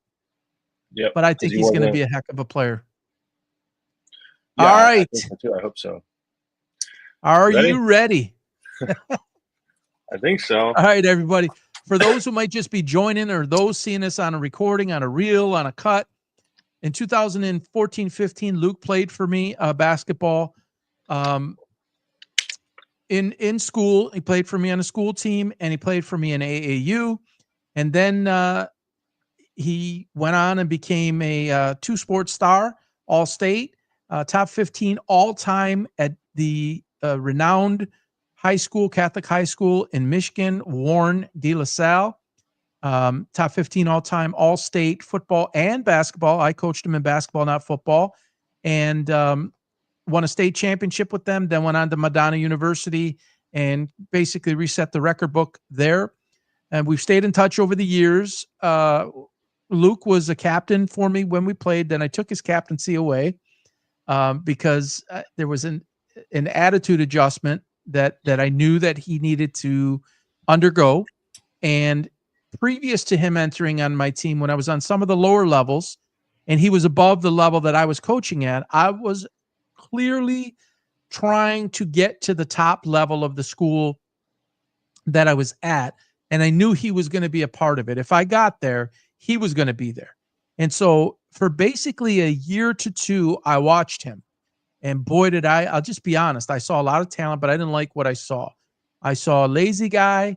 I saw a guy that said, if I'm going to get this guy under my wing, the first conversation I was going to have was not with him. The first two conversations, and he wasn't going to be in either one of those. Number one was going to be his parents, at least his father, which I did. And number two was going to be the athletic department, because I needed the parent support and I needed the athletic department support, because what I saw with him would require me to take him to a level that he was going to be uncomfortable with, that was never expected of him from a coach prior to playing in my system. There's certain ways that I did things as a coach where I was always going to put the player in the position to bring greatness out of them, not put it in them. I believe that that's a mistake often made in coaching today. A coach thinks that they're going to put greatness in, not all coaches, but some coaches believe they're going to put greatness in a player. It's not that way. You can contribute, you can enhance, you can aid, but it's the player that it needs to come out of. And you need to have the buy-in of that player to be able to reach them on a deep enough, intimate communication type level to where they trust you, to where they buy into you, and they believe in what you're saying so that they're willing to go the extra mile because they feel like it's safe to do that. They can be vulnerable to do that. And you're going to accept them for exactly what they were, what they are, and what you think they can become.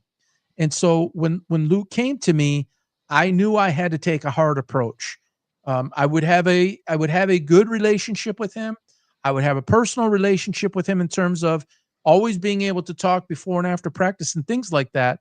But I was not going to let him be the Luke of old. So this will be the first opportunity. We've had some discussion over the years about, some of the moments that we had together in big games and took his captaincy away. We've talked about that, but we're going to have 25 no holds barred, anything goes, no question off limits questions that he's going to be able to ask me, and I'm going to be able to ask him.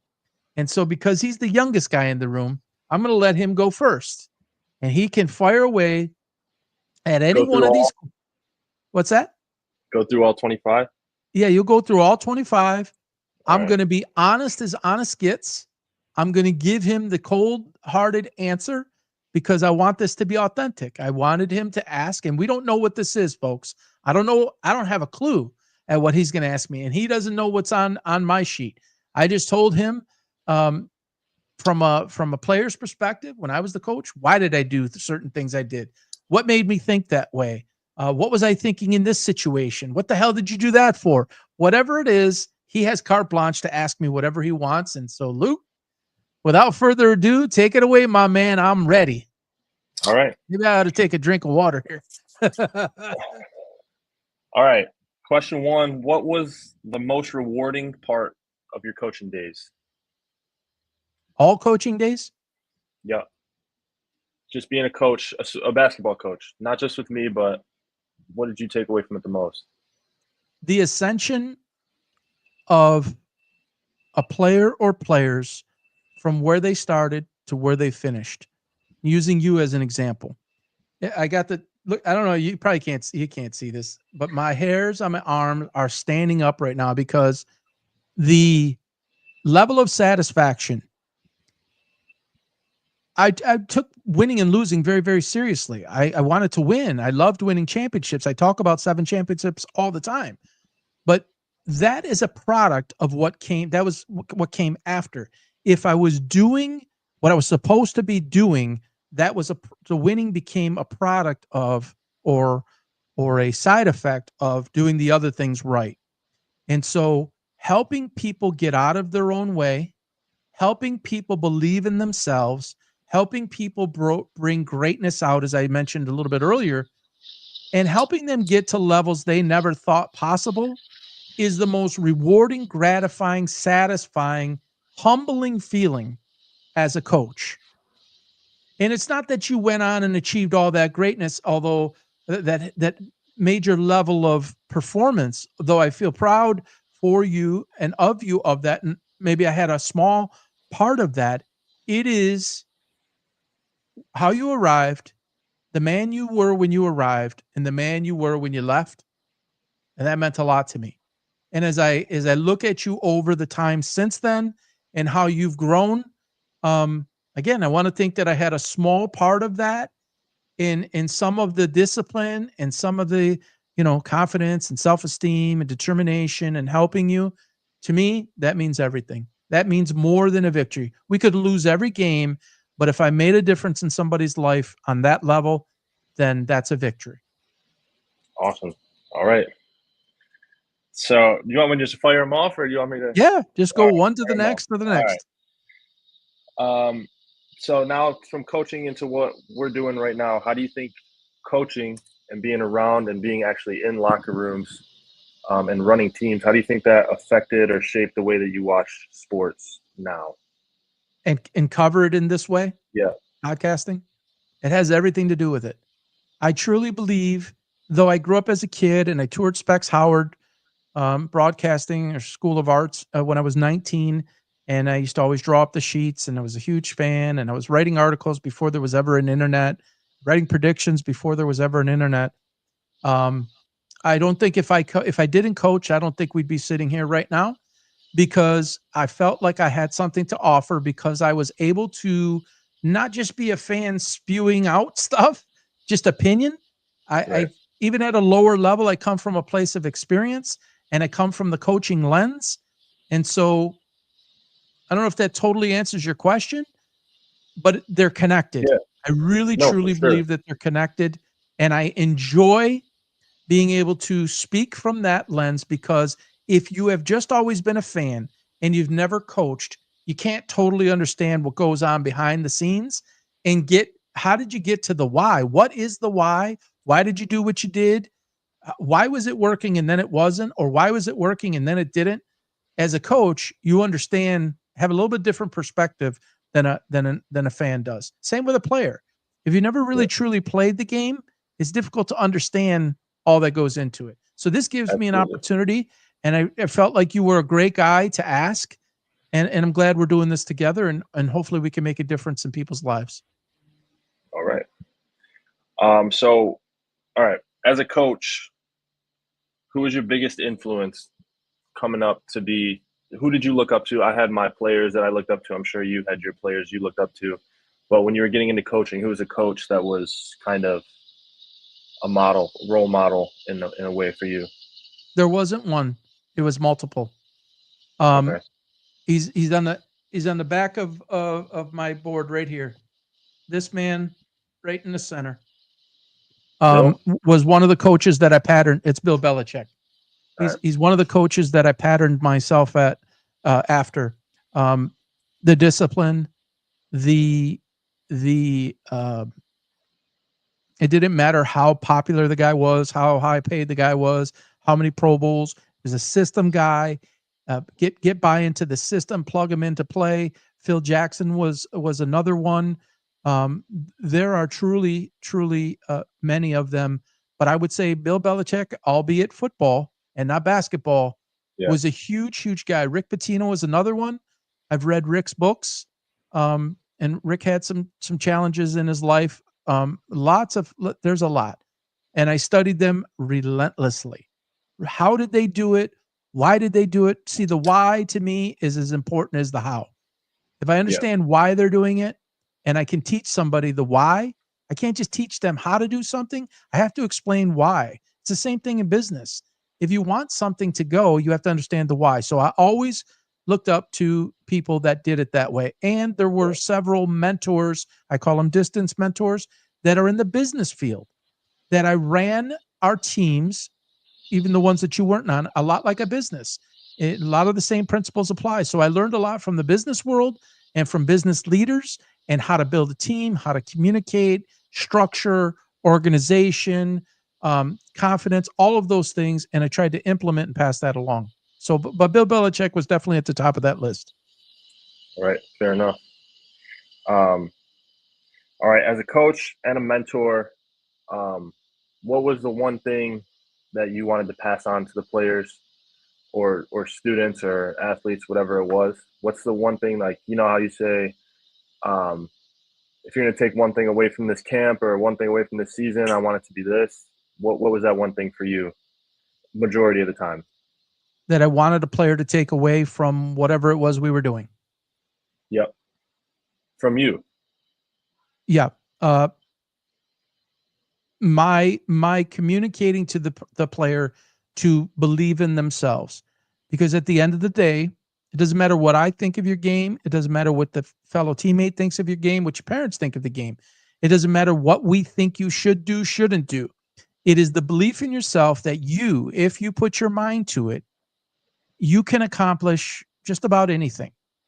And you're going to need to do the work to do it. It's like lead the horse to water, but you can't drink for them. I always wanted to try to put the player or whoever, employee, because they very much hand in hand, it's all connected, put them in a position to succeed, give them all the tools to succeed, and then let them flourish. So the number one thing is the belief in oneself must be so strong, because life happens and there's going to be all kinds of stuff. And unfortunately, we live in a world today where there's a lot of doubters and people want to knock you down more than they want to actually help you. And so the strongest tool in your box or weapon you can have is belief in what it is and who you are as a person and what it is you're doing. And your quest that no matter what somebody thinks of you, you will rise above. All right. Very good. All right. So pivot a little bit, but what would you say is the biggest advantage that a young athlete can have? For me, I think mine was growing up with older brothers that played sports, siblings. Some people, their parents sent them to a bunch of camps and stuff like that. What would you say is the number one advantage that you can, if you're a parent, give to your kid, or if you're a kid, can seek out for yourself? If I'm a parent, let me ask that again. If I'm a parent, what is the best I can, would you say that again? What's the What's best the thing you best can thing I can do? say to my kid? No, what's the best thing?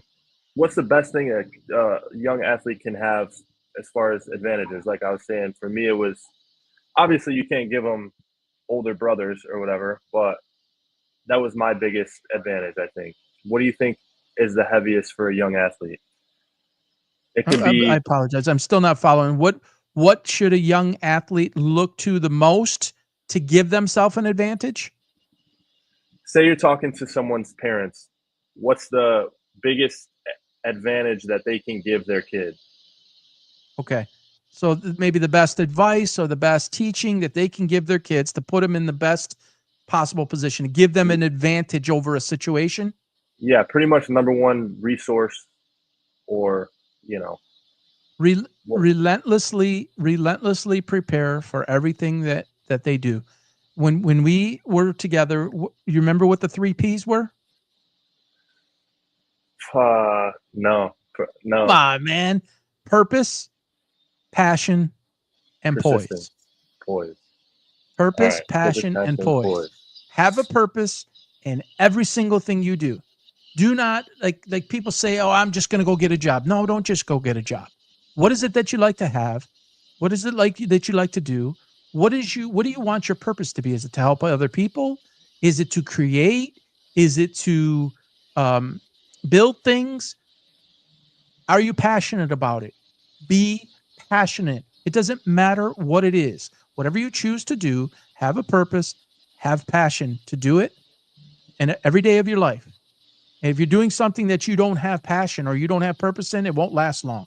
And you won't get a lot of fulfillment. It doesn't matter how much money you make at it. Money is just money. If you don't feel good about what you do, if you don't look forward to what you're doing, it will phase. It will just phase out. And then have poise while doing it. Because again, life is going to happen. Curveballs come, knuckleballs come, sliders come, life, death, sickness. There's all sorts of things that happen. Is try to be poised through those things. I haven't always done the greatest job of that in my life. It's a constant quest because we're emotional creatures. Is the best advantage you can give is pretty much those 3 things. Have a purpose, be passionate about it, and be poised throughout the entire process. And when you find your moments where you're not those things, revert back to that training, revert back to those lessons, and right the ship that way.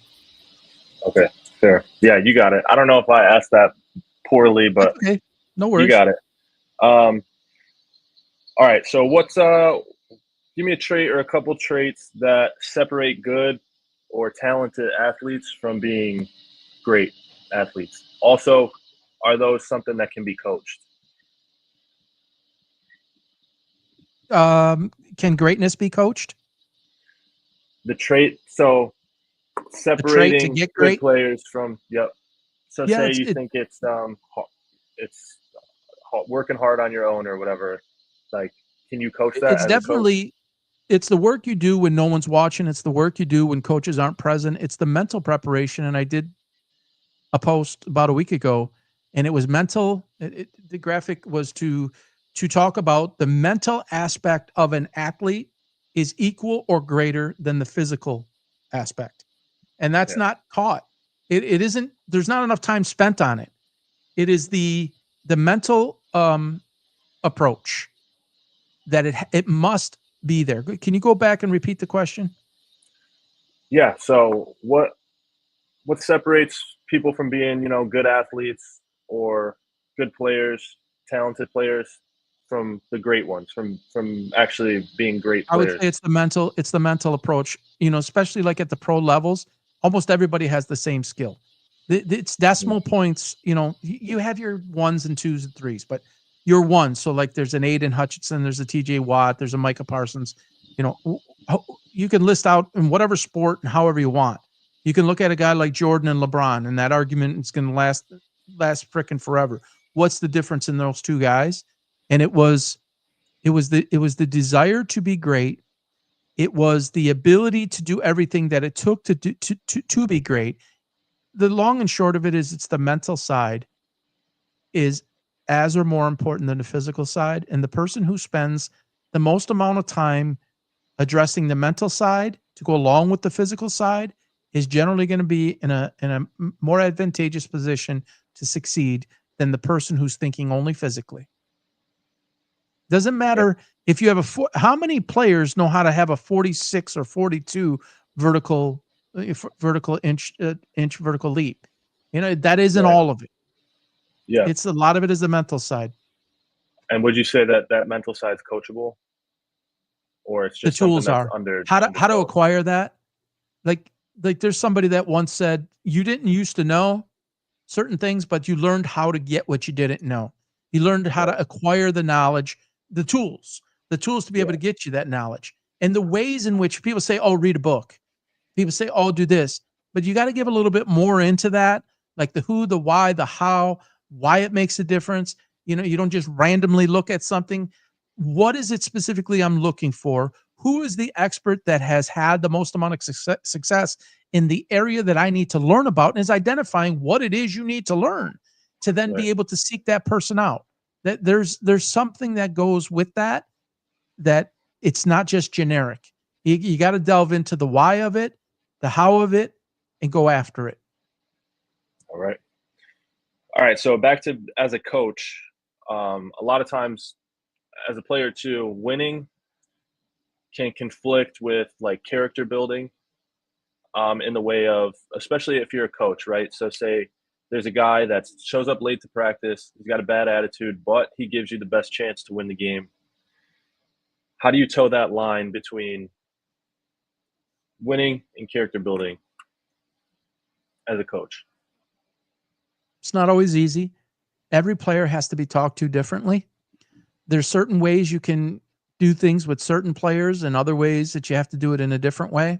Some is more hard approach, like you. I needed to get on your ass and get you to understand that it didn't matter what your skills were. It mattered. Could you put the mental aspect and the effort to it?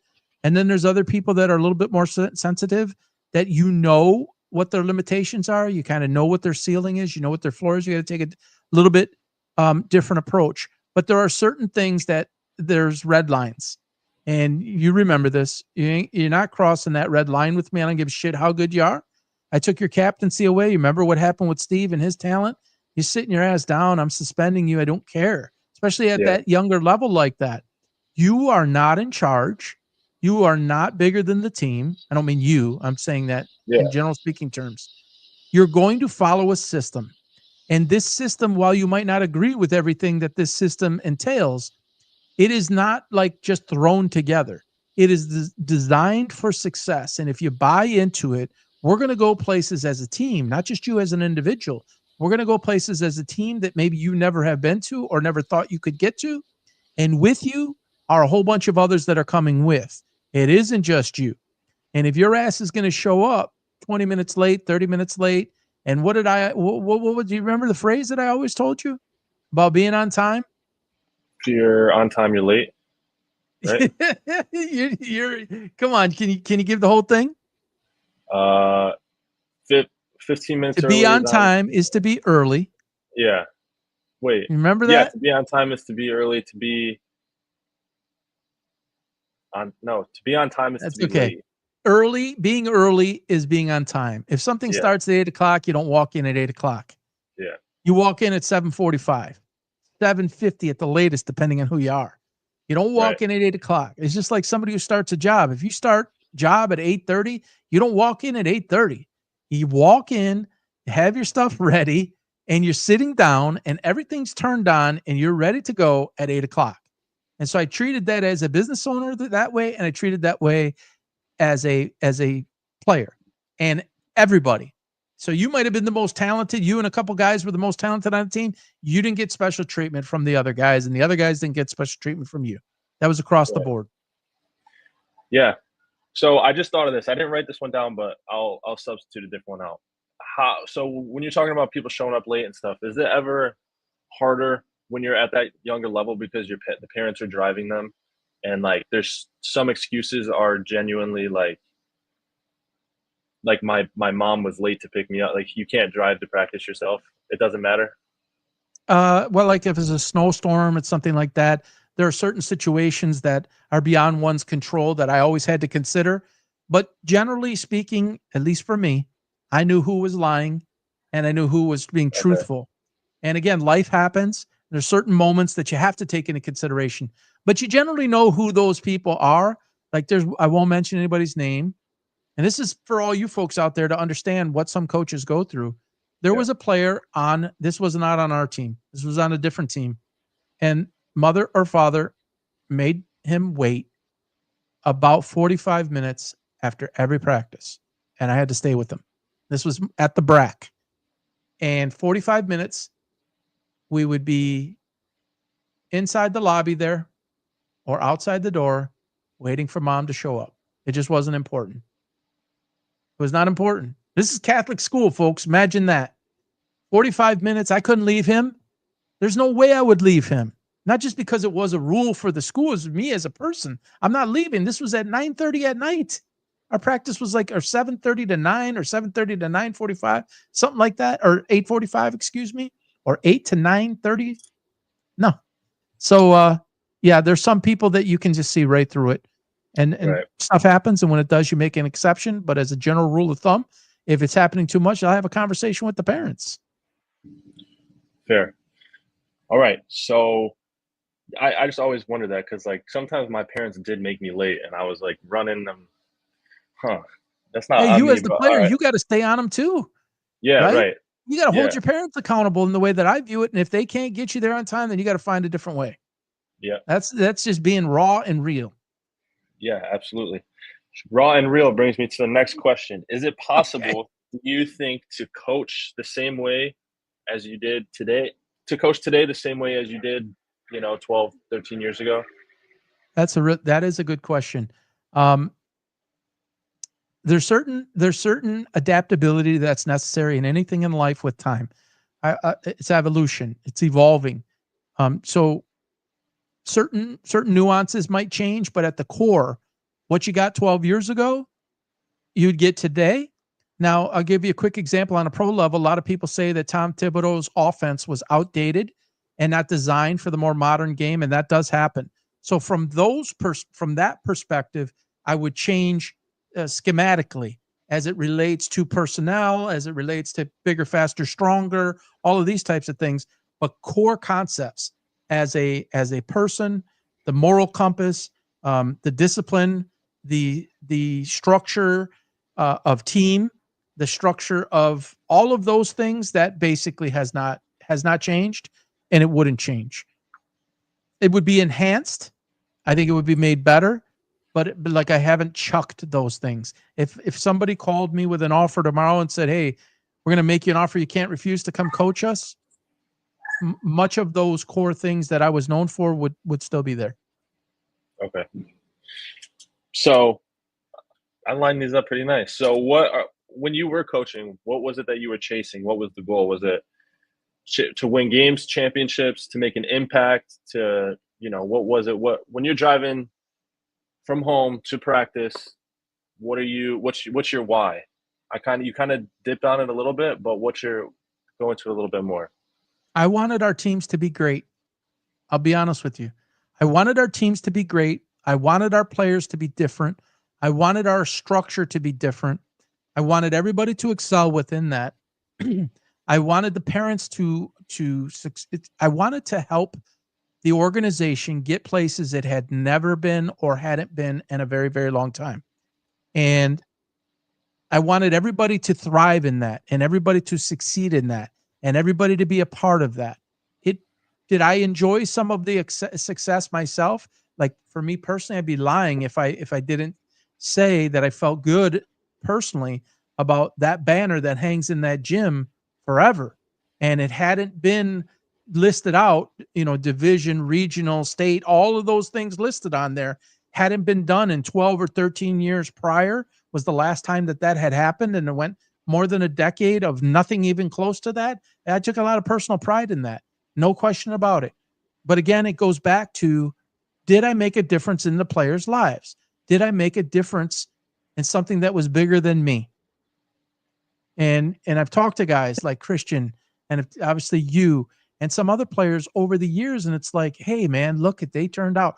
Or you have somebody that says, coach, remember that story that you told me? I didn't get it then, I get it now.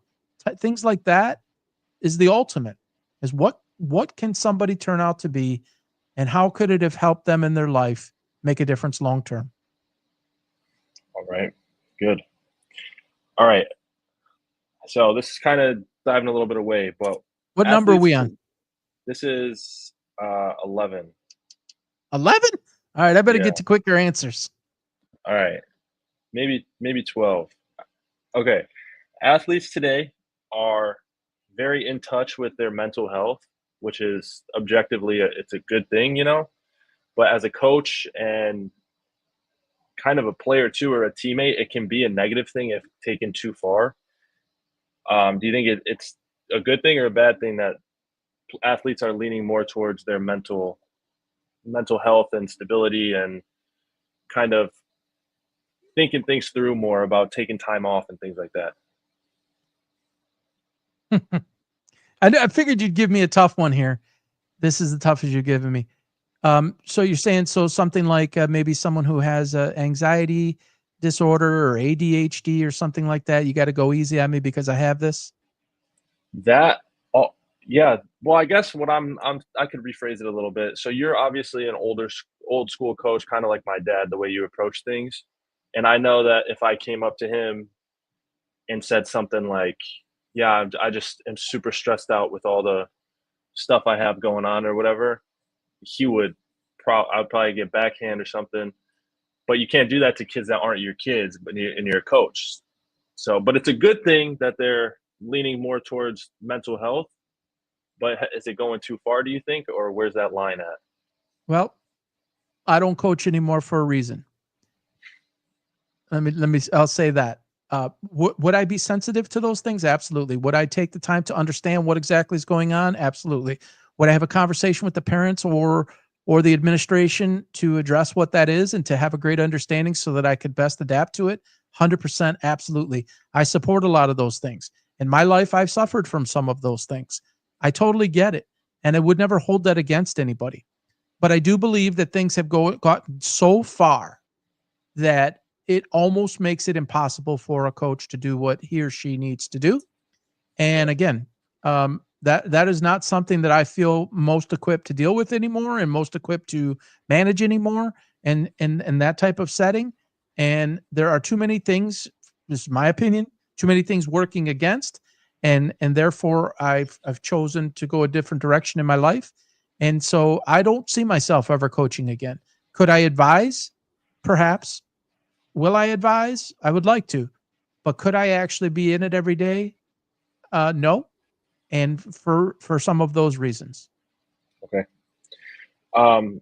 So I guess back to when you were coaching, where is it kind of something you think about, or where's the line between tough love and being hard on a kid? I know you said everybody's got to be talked to differently, but let's talk about extreme. Like, say somebody like me that you have the green light from the parent to coach and discipline how you need to. At what point do you think it's crossing that line? Well, it can never get physical. It can never be berating. It can never go to those lengths. Again, the way that my thought process has changed, it has caused me to not want to coach anymore. Do I think about it? I have thought about it. I don't miss it.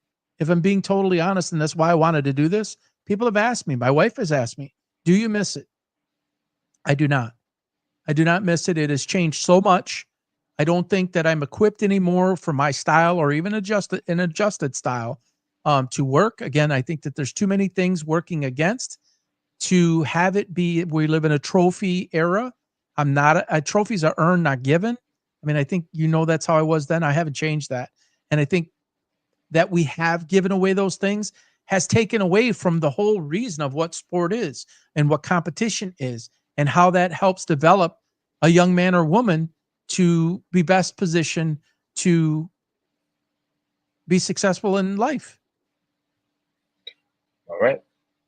So coming off of coaching, do you feel more free speaking your mind and being yourself, kind of unattached from like a school setting? Like obviously Yes. when you're a coach at St. Anne, you're representing St. Anne. Now you can Yes. kind of be your own. Yes. All right. And that's kind of why I like the podcast forum, is because I can speak to things that I couldn't in those days, or for any Yeah. organization now. If I coach for anybody now, it would be even more. I got suspended for a game in high school for saying the F word, which you remember, I don't use it, but it slipped. And it was in a group chat, our player chat. And I got suspended for saying it. And it wasn't like you F this. It was, I used the word in a general sentence as it related to being competitive, as I recall, competitive as a team. And and I got suspended. And that was that was tough. And that was public school. And Yeah. you see some of the stuff that's going on now, and it's like, wow, man, saying the F word like one off. I might have said it twice. Like I didn't ever shout from the sidelines, get your F and S in gear. I didn't ever, this is not how I believe in doing it. But it just was a moment of emotion. I was talking in general sense, wasn't directed at anybody.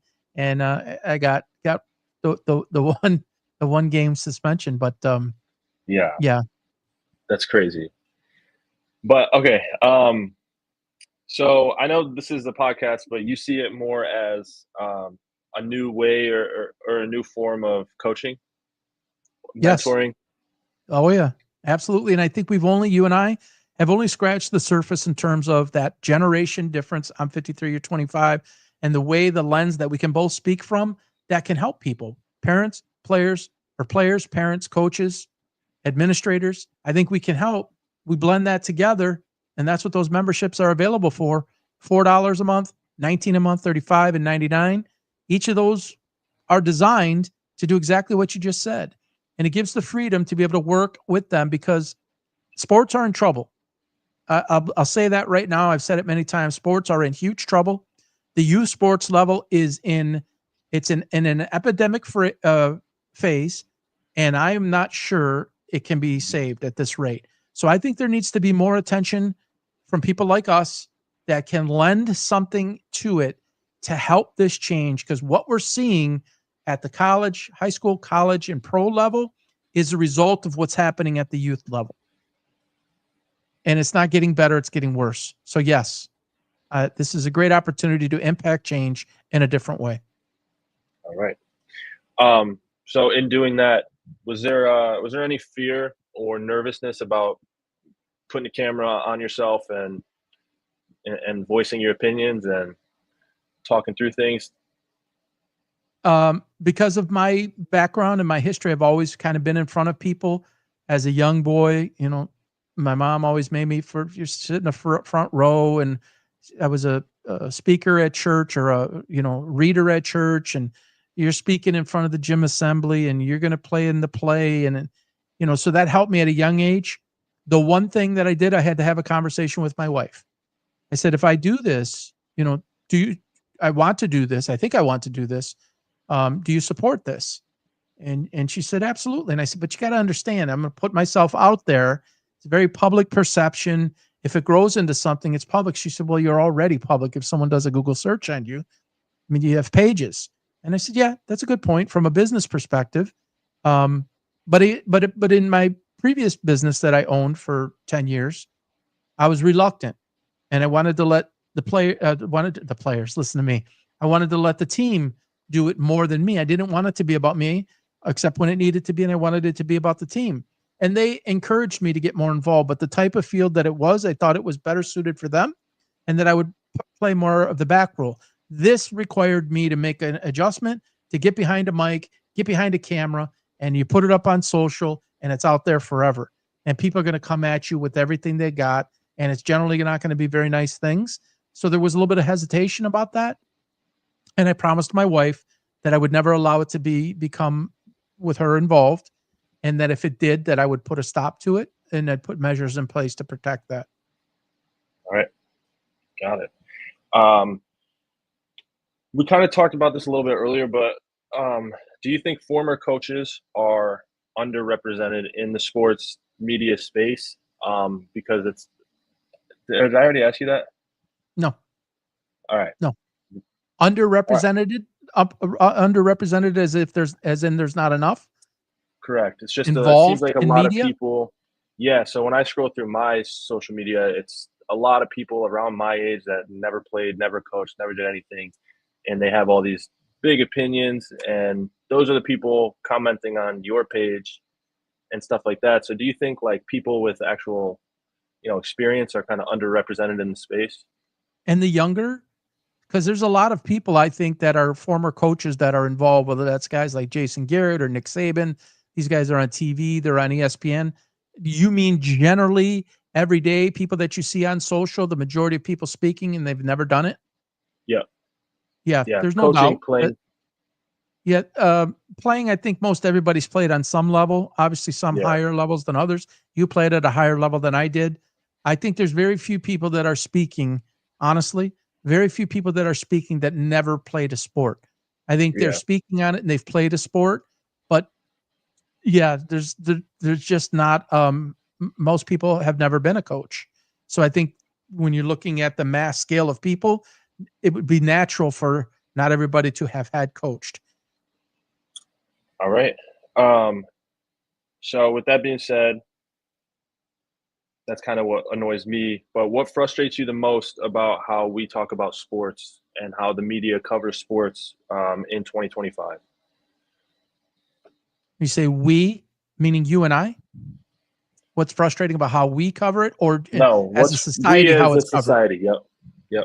As a society, There's there's too much race conversation going mm, on. There's too much whoa, what about me going on. There's too much highlighting for the wrong reasons. The purity of sports, the main reason as to why it's played, I think it gets lost. I think it gets covered for the wrong reasons in some cases. I think people are afraid to share their opinion because they might be canceled. And even if they don't go near a line, like race or something, that shouldn't even be a conversation. But if you want to say something about a certain player and it's your opinion about, they're really good, or you don't think they're good for whatever the reason, it's who might cancel you for that, who might come against you for that, who might actually create a narrative that is based around a race or is based around a gender talk when it's never what the intent was. I say a lot of things about Angel Reese, and my opinion about who she is as a player has nothing to do with her being a female, has nothing to do with her being black, has nothing to do with Caitlin Clark being white.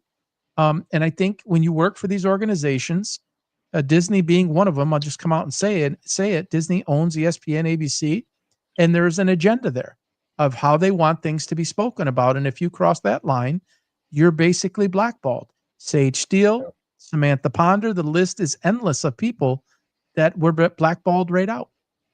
So I don't like it. But the podcast form, which is where I get my news, if you go to X and you follow certain kind of people, you don't ever need to turn on ESPN for the rest of your life.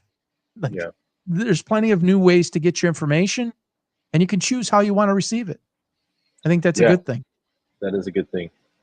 All right, so those were kind of that was probably supposed to be the harder ones, but these are more. I got a few kind of fun ones, lighter hearted, I guess. But first one of this is throwback to young Paul playing basketball. It's game day. What does the scouting report say about you as a player? he can shoot the lights out. Don't let him shoot. Be Don't all let up him in his shoot. face. He's not fast. He can't jump, but he can shoot free throws, so don't foul him. He's deadly at the line, and he can light it up from basically anywhere on the floor. All right, fair enough. You could shoot back in the day. I do remember that. All right. Pick one professional athlete, any sport that you think you would like to kind of hang out with or go grab a beer with. That you think is just a Current? cool, good person. Current. Yep. Yeah. It has to be current because for you. Wow. Any sport? Yep. Tiger Woods. Tiger. There's a lot of them. It's hard to Yeah. name Of one. course. He's Yep. behind me. It's Tiger or it's Michael. All right. There's a lot of guys. I could say Scotty Scheffler. I've really become a fan. I love his approach, Yeah. and that's golf again. I love his approach and how he's been handling things. I'd love to have a conversation with him. There's so many. Tough to put one, but I'd say it's probably Tiger or Michael. All right. So we know Michael Jordan got you pretty hooked on basketball. He kind of made you fall in love with basketball. Who's the NFL No, guy? it was before him. Honestly, it was before him. Yeah, it was Bird All and right. Magic.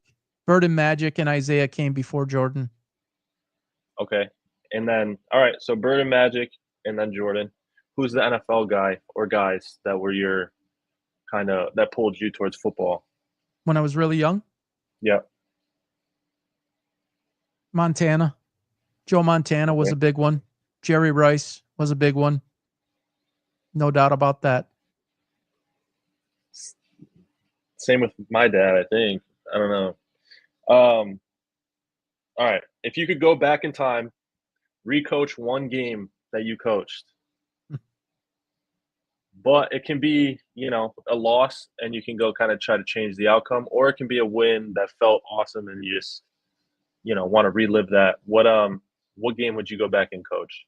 You're involved in it. Can I Am say I? it? Yeah, go ahead. Game against St. Lawrence, our arch rival, in the inbound The pass. win. Oh, my pass? Your inbound pass that got stolen. Yeah. And what's his face hit the floater. I can't think of his name. They won in De La Salle's gym. They went crazy. We were trying to get over the hump and beat them. We had never beaten them. We were up, and dude stole that. You inbounded it lazily. Yeah. And I did. I'll never forget that. That one haunts me to this day. So maybe calling a timeout in that moment. I don't know if we had any left, but to make sure we inbounded the ball safely. That was, for those of you who can remember this, when the ball was inbounded by Isaiah and Bird stole the ball, that's exactly what took place in this. And the other player stole the ball, and it was a quick pass to somebody who just ran kind of with a floater at the buzzer. The place went crazy. Their fans went nuts. So it's Bird stole the ball. Luke was Isaiah inbounding the ball. It was down low underneath the basket, just to the left of the basket when this happened. And that one, holy shit. Yeah. And I know Esther was there. I was torn up about it, but we got him he back, was there. though. He was right up behind me. Yep. We beat him, though, in the playoffs, right? Yes, we did. And that was the monkey. That was the monkey off the back. Yeah, that was huge. That's a good one. I kind of forgot about that, but thanks.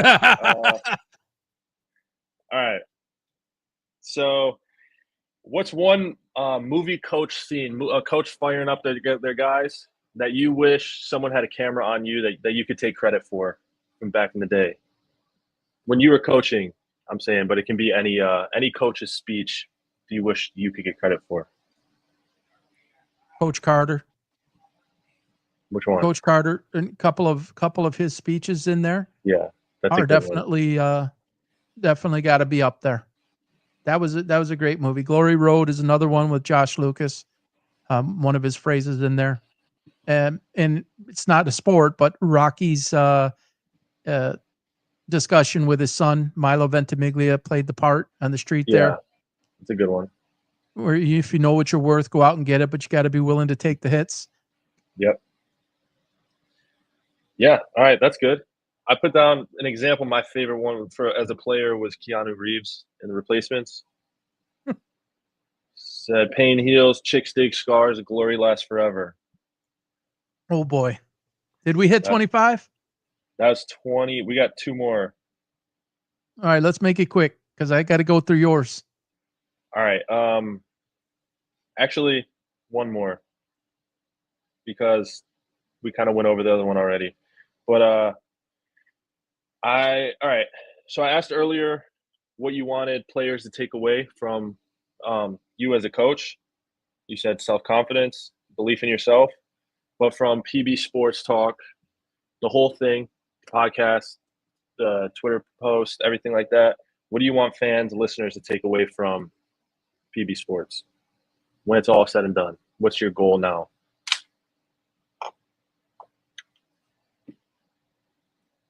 I wanted to just be, I wanted to come off as real, authentic. I don't give a shit about clickbait. I understand you need to get hits and you need to get clicks for people to pay attention, but I want people to see the authenticity of what I say and what we say that is not controlled by any narrative, that is not controlled by any race or any political agenda. I have my political beliefs. My sports is not, doesn't have to line up with that.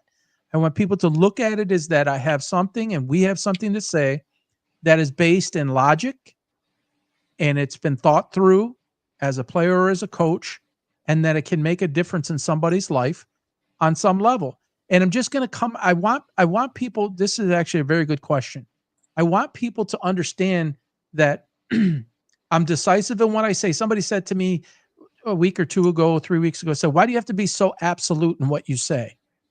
Well, should an opinion be half-ass? If I want you to listen and I want you to follow, I'm not going to give you, I'm sitting on the fence and I'm halfway on that side and I'm halfway on this side. I'm going to give you my side. You like that side or you don't like that side. Generally, I like to feel like when I put that out, it's going to end up being the right side more times than it's not. It's going to be the side that ends up panning out. So I want an opportunity for people to hear what I have to say, to buy into what I say. I'm not going to be right all the time, but one thing you're going to know is where I stand, how I stand. I'm not going to be easily influenced. I'm going to give you a real take, and I'm going to stick with it. You're not going to see me float back and forth. And when I'm wrong, I'm going to say it. Like Aiden Hutchinson, I was wrong. But when I'm right about Shedeur Sanders being drafted in the 5th round, I'm going to say it. Jaden Daniels being the best quarterback of that draft, I'm going to say it. Bo Nix being better than Drew Brees, I'm going to say it. Travion Henderson being as good or better than Giante, I'm going to say it. Those types of things, right or wrong, I'm going to be honest about it. Right. There you go. That's Is that all of them? 25. Yeah. All right, let's do some rapid fire here. Be honest. Yeah. How many times did you pretend to be sore from football just to avoid any practices or basketball? Never. Never once? No. No. To I go loved it. easier? Less No. reps? Anything? No. Okay. I pretended to be not sore. Okay. Was playing basketball for me tougher than two-a-days on the football field? No. No. It was tough. It was very tough, but you got 2 of them in one day, back to back, too, and it's summertime outside in the heat, not a nice air conditioned gym. Yeah, those were crazy, but it's up there. What's put up a one fight. thing that I did that made you think, man, Coach Paul is on one today?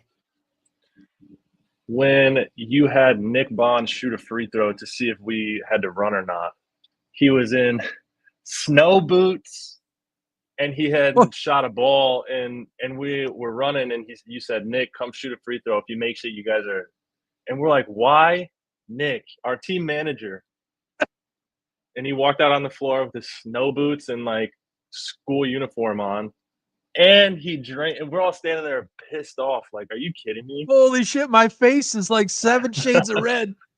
But he I drained forgot it, though. about that. That's made it. Freaking awesome. Yeah, he did make it, right? Yeah. And we went crazy. Yeah. Does he remember that? Yeah, of course. Of Okay. course he does. So it made a difference on some level. Damn, I Yeah, but forgot if he would about have that. missed it, if he Snow would have missed boots. it, He had boots, some sort of boots on. You're right. yeah, he Oh had to my walk home gosh. from the practice Yeah. to. All He right. was just sitting there doing his homework. Like, hey, Nick. So yeah. When you messed up in football, you had a position coach. In the gym, there was nowhere to hide. How different did that feel? Oof. I mean, you got a whole bunch of people on the field and a position Yeah, coach, whereas you're in the gym, it's condensed and it's a lot less people. that's true. I think the whole sport in general of basketball is more exposed, especially like in the gym. They can see your face on the bench. They can see if you're arguing with somebody or yelling at somebody. They can see the crowd and everything in a game. And football, I always felt like watching the game, you just look like little robots out there. Like there's things being said every play, and there's like stuff going on. So it's definitely a different aspect of the two games. But in my experience, I had a coach at De La Salle that I kind of leaned on a little bit. His name was Tom Mel, and he was Essler's partner, and there was total good cop bad cop. And Mel loved me big time, and I knew that if Essler got on me or whatever, I had him to go talk. I could vent. I could say whatever I wanted about. I could be like, he's an ass, he's this and that, and he'd be like, yeah, man, I know. Trust me, I've been like. So I had kind of an outlet, but it is very Got it. different. That's a good question. All right. If I gave you $1 for every time I yelled at you, how rich would you be right now? Oh man, I would have spent it by now, but it would probably be probably $1,000.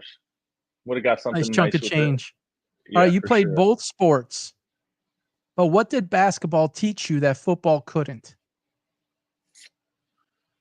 You played both Um, sports, but what did basketball teach you that football couldn't?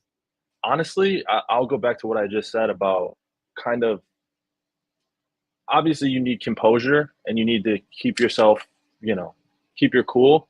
But basketball definitely teaches you to do it internally, but also externally, and keep a cool face, keep a calm face, because you don't want, especially when you get to those big games and there's cameras there, there's people watching, and it's your face, man, and you can't start crying, you can't start yelling, you can't be all pissy in a piss mood. You need to be straight faced, poker faced, stoic, and I think that helped me a lot because now like I kind of even keel like with whatever's going on. I'm kind of And straight faced. for the fans out there, this guy, he had the poker face, and it was tough for me as a coach to read him. And I'm really good at reading people, but he didn't show emotion on his face. And it's like, all right, did he hear that? Did he get that? He just did something like really good. Not changing his demeanor. He just freaking, I don't know, couldn't shoot and hit the side of a barn. He's showing no emotion. So that was actually tough for me, if I'm being honest, because very rarely Yeah, did you show much emotion. Whether you were around your boys or whether it was just you, whatever it was like, all right, what's he thinking? It wasn't yeah. easy. All right, when did you realize hoops was more than just something you did between football seasons? When did you realize Ooh, that basketball was more than just something you did between football seasons? that's a good question. I think either I'll say our team was big. Our team going as far as we did, winning the games that we won, and knowing that that was against the competition that I would be playing in the future. Like when we beat St. Lawrence, those guys are either going to be on my team or our biggest rival. And I'm playing, with them, better than them. So that kind of made me take it a little bit more seriously. And also my freshman year, getting pulled up to varsity.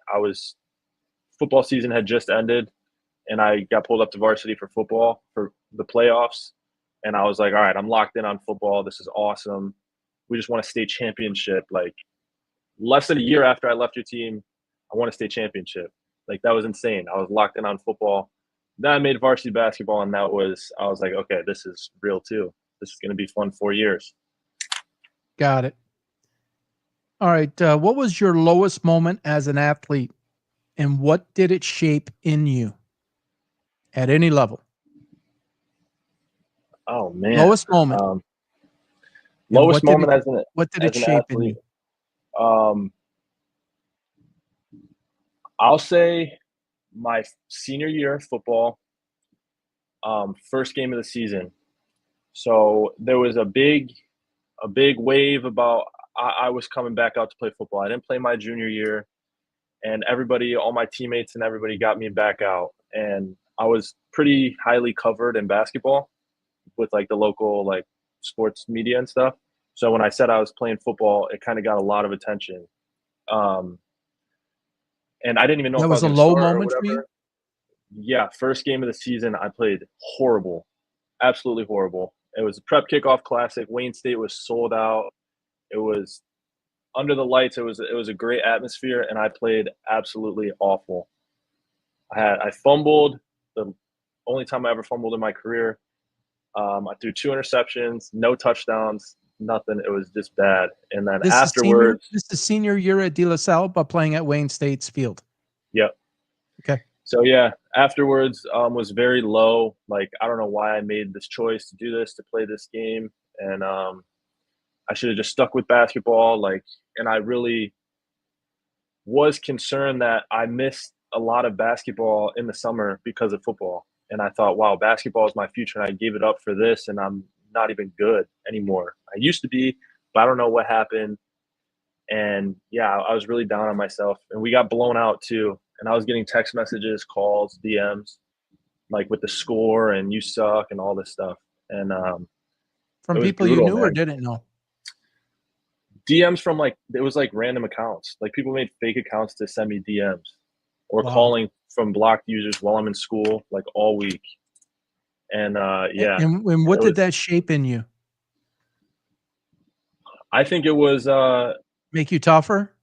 definitely tougher and definitely finish what you start. Like, because it's a big thing. That De La Salle football season is a big thing. We had a really good class, and I was at the center of it. And am I going to give up now and screw all these guys for the next 14 weeks and be like the most hated person, or I can lock in on what went wrong, spend more time with receivers because there was a bunch of things that he ran it out and I threw it on the break on the in and picked off. Like it was just stuff that could be fixable, and it was just an ugly game and ugly week afterwards too. But Looking back, go ahead. I don't have this written down, but and it might be in the further, but looking back, do you have any regrets on that decision? Either one of those decisions to play football and basketball, to not stay all basketball, like you just said, you were basically the shit. And where you were, and I was a little bit surprised, to be honest with you, that you didn't stay the basketball route solely. How you arrived at that decision, I still don't know to this day. But the fact that you did, do you have any regrets that you did not stay pure basketball all along, or that maybe, hey, I'm going to put basketball aside and I'm going all in on football? Or are you happy with the way it worked out? I think, yeah, I'm obviously looking back. I wish I would have locked in on one, and maybe I could have made a career out of it playing overseas or something like that. But just knowing me as a person and how much I loved both sports, like everyone says, hindsight's 2020. If I could go back to being that age again and feel how I felt, and someone tell me you're not going to play football this year or you're not going to play basketball, I would have said no way. I'm playing both. This is my. It wasn't really a decision. It was like I had to. I really, really had to play both. I wanted to so badly, and So that decision you felt was the right one for you then. yep. Sitting here now, do you have any regrets, or does it haunt you in any way? Does the decision haunt you in any way? That hindsight, if I would have did this, I should have done that. If I could have did this. Probably, I would probably say the other way than what you're thinking, though. If I could change it, I would have played football my junior year and went all in on football because, And give up basketball? yeah, Really? yeah, So yeah. you believe looking back now, you had a better chance to have a longer term career in football and not basketball? Yes, I think Wow. my what's the word? Ceiling? Development. Development was insane in football. I think starting from that week 1 through the rest of the season, through what I did in college, I was light years of like so much better at everything, at reading defenses, at throwing the ball, at throwing spot, like even from everything from top to bottom, I was better in a year. More progress than I'd seen from basketball. I think I think my ceiling was a little bit low in basketball, and I think I hit it kind of early. So when you say you could have played, maybe you could have played overseas, I thought you were meaning basketball. I did. Yeah. I think I could have if I, stuck that out, but I think I could have done bigger in football if I Interesting. focused only on that. Very interesting. Yeah. What is something about your journey that no one knows but they should?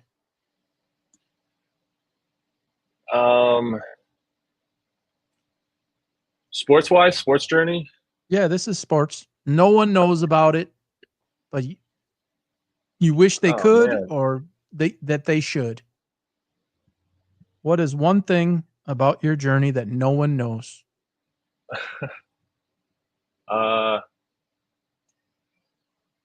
Well, probably I would say probably when I transferred from Wayne State, um,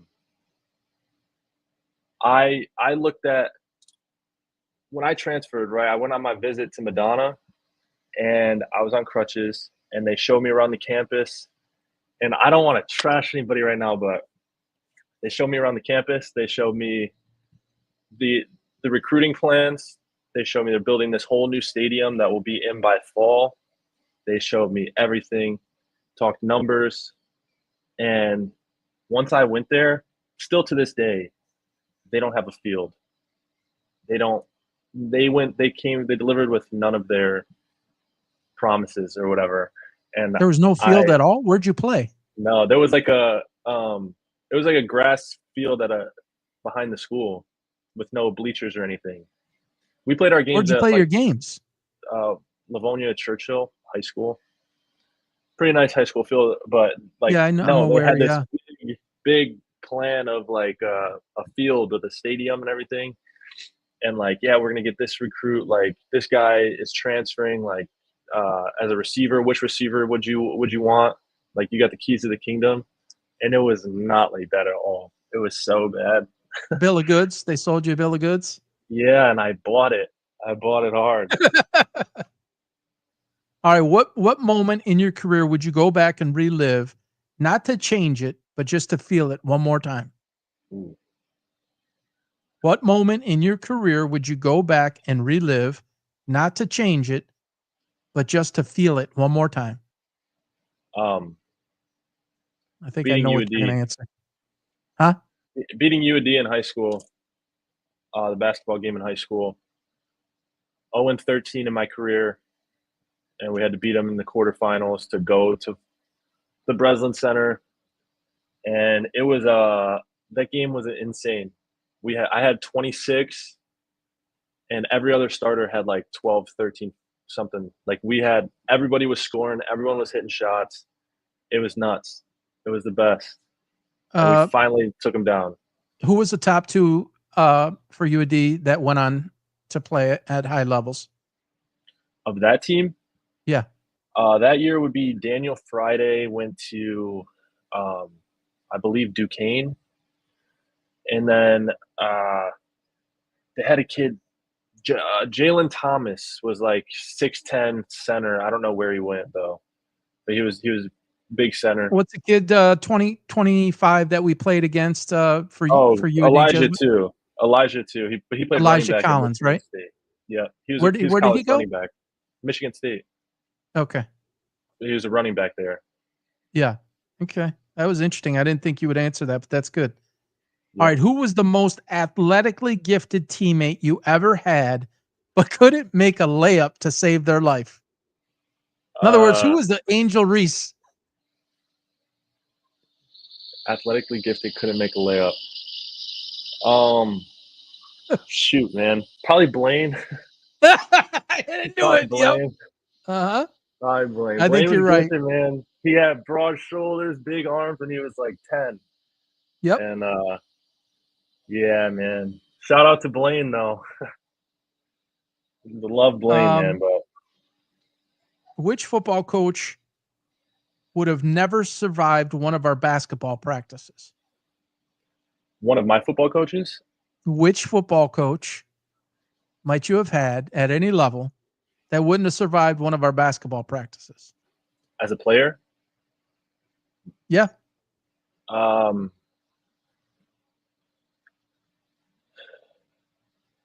I made you guys run a lot. So yeah, you might want to think that way. yeah, we did run a lot. Um, Probably, I don't know if you remember Coach Black. He was the head football coach at St. Anne my 8th grade year. And Yes. Brian Black, he ended up being like Yes. a freshman coach or something at De La Salle. But he wouldn't have. He was way too nice. We did whatever we wanted at practice, Gotcha. and yeah, me and Did you Tori. ever roll your eyes when I gave a halftime speech? Be honest. I don't remember. I zone out. I don't remember any of my coaches' halftime speeches. I remember the things that I said at halftime once they were done. But no, I remember the game we played against UAD. I remember you drilling us about Mike Sherman, how he did he played with like another team or something and broke the rules. Yeah, he went and And played AAU the night yeah, before. yeah, and it was like we could have forfeit because of that. Yep. And Well, you the were athletic department we're in the championship game, and remember they came and got me. yeah, They pulled me out of the locker room and they told me what happened and said, we've got to remove him right now, or yeah, we going to forfeit the game. yeah. Yeah, I I think remember. I didn't roll my eyes, but I was thinking all right, let's just forget about it, dude. Like we got to get out there, But We were it was late a good, too. yeah, We were yeah. late for It the was just warm a up, mess. and then Yeah, I regret this, but I went up to his father at halftime when we were down 19, and I kind of pointing at him and being like, "If you don't think that this contributed to us being down 19 right now," yeah. it was a little It bit of a did. shouting match. We didn't get any warm ups or anything. Yeah, it was like 4 minutes, and him and Yeah, his dad sat in the frickin' front row yeah, after getting pulled out. I mean, he wasn't going to play anyways. I get it, but yeah, still, it was a big distraction. I know it was for me. yeah. All right. Who was more intense, me or your football coach? Intense was you. You were more intense. You were more, All right. yeah. Which sport challenged you more mentally, football or basketball? Being a quarterback, football, being, Pretty easy. yeah, but also I will say, coming from football to basketball is a challenge for your cardio and getting in basketball shape. Every year that was a problem for me my whole life. Every single year, coming Well, you're out of not football moving season, as going into much. basketball. Yeah, and you get to practice and it's just sprints and you're running and it was bad. It's I felt constant movement. yeah. So People don't get that was a that. challenge. Yeah, No, but I don't think it's the tough. average person understands if you're not moving on the basketball court, everybody in the building knows about it, Yeah, right? you're wrong. As an old lineman, as an example, or a quarterback, you're not running on every play. You're in No, it's short spaces, generally speaking. A wide receiver's running, right? A safety yeah, is running constantly. A cornerback is running constantly. But a quarterback, unless you're a scramble all the time guy, you're not running. yeah. Even still, it's for 3 seconds, and then you get Short probably a spurts. 20-second break. A, Yeah, a wind sprint. Yeah.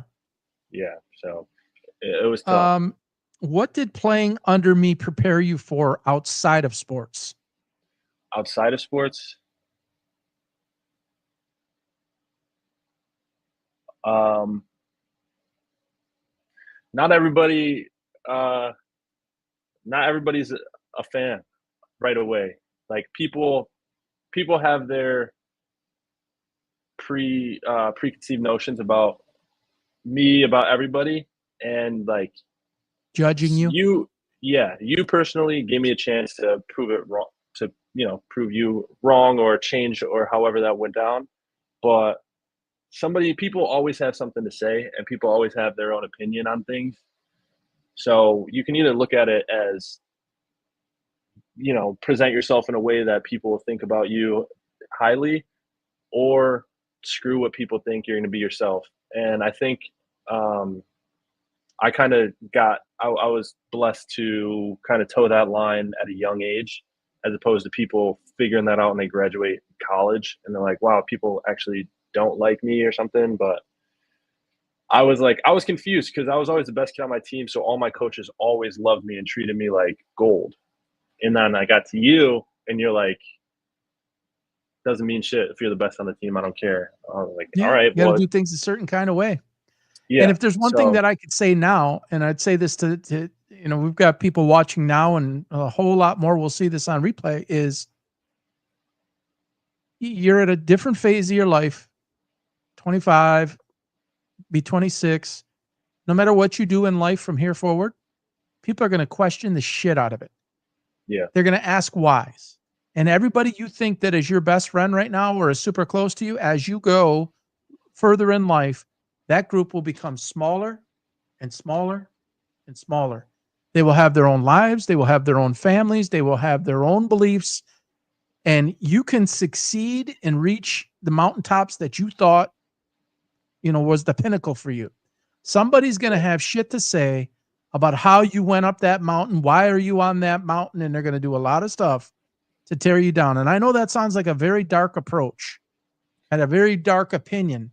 But in my experience and a lot of people that I've studied, the unfortunate part about it is there's more people that want to tear you down from that mountain than want to help you get there or help you stay there. That's the unfortunate reality. And if you understand that, you don't have to be bitter about it. You can actually use it as a positive to help motivate you, and treat that as something that can motivate you to continue to strive, even when you fall down, because you will fall down. We all do in one form or fashion. And it's never just once. It happens a lot and to varying degrees. So yeah, for sure. Watch your inner circle for sure. All right. When you hear my voice in your head now, what's the phrase I used to say that stuck? Oh man, I don't know. Win on 3. Okay. I did say that. What's something from our team, or who's someone from our team who deserves more credit than they ever got? From our team?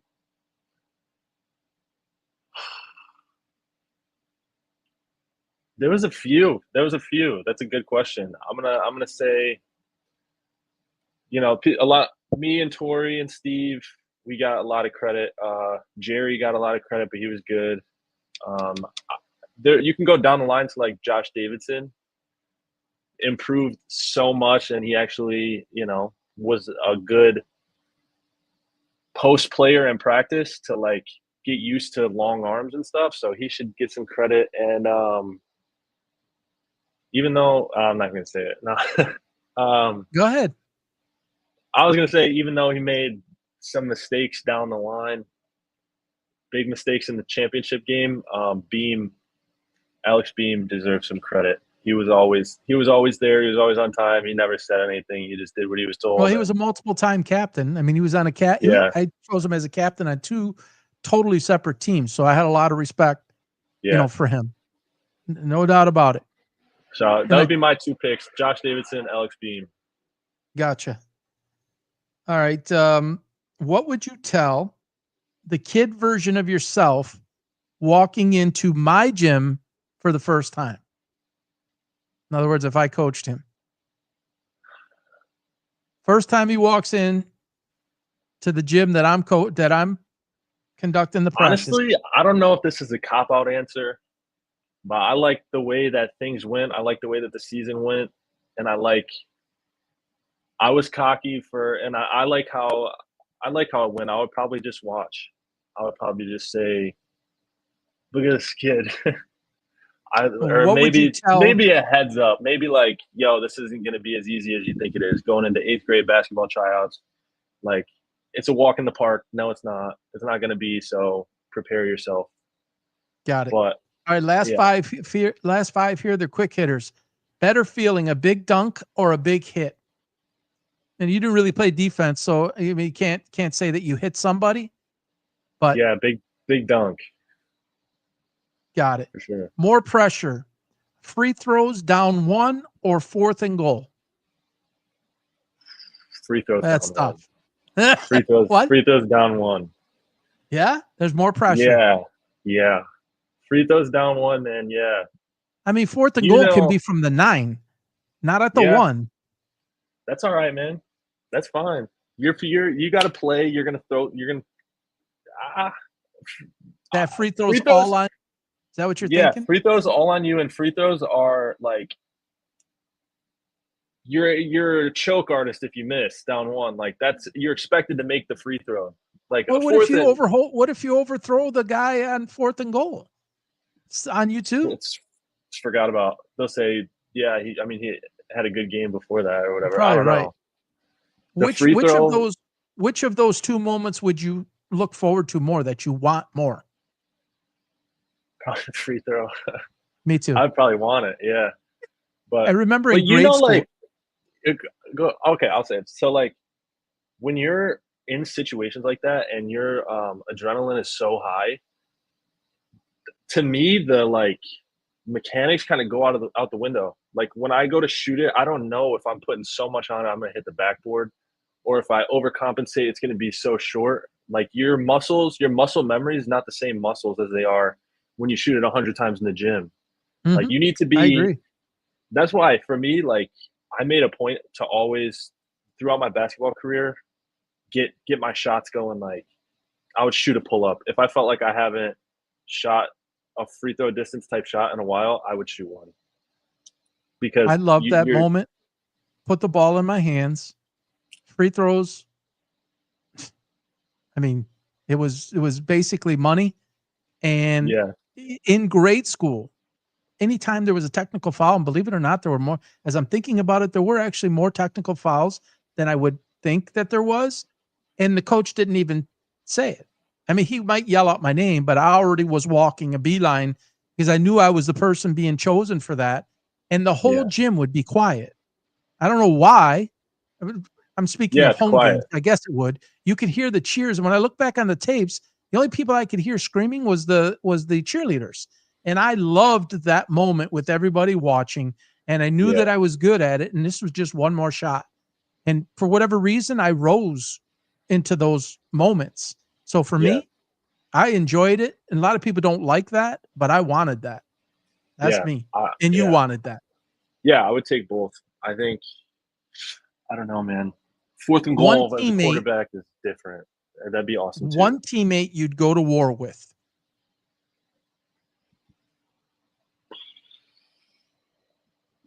That's tough. I had a lot of good teammates over the years. And only pick one. Josh Valancourt. You know who that is? Yep. Yeah. That's not 22. Oh, On the 22's older brother. They were a year apart, and he was a senior when I was a junior, but he didn't play football. He was a basketball player. He was on my basketball team. And we grew up together in Roseville. We played together at the parks, and I don't want to be that guy and be like it was a bad area or whatever, but we got into some trouble running around the streets in the summers in Roseville. He's just from that kind of environment. Yeah. And we got to De La He's a Salle, got and your back kind of guy. oh my God, to the max. Like if someone said something to me in a game, he was there. Yeah, absolutely. Your all-time starting five from the best all starting our team, the best starting five of the team. My best players on our team. Who would you have as the starting five? I would go Torrey at 1. I would go Jerry at 2. Limited on offense, but kid could play some defense. I think you had Steve at the 3 and me at the 4. I would have me at the 3, Steve at the 4, and probably Blaine at the 5. Fair. Yeah. All right. Last one. Number 25. Finish this sentence. Playing for Coach B was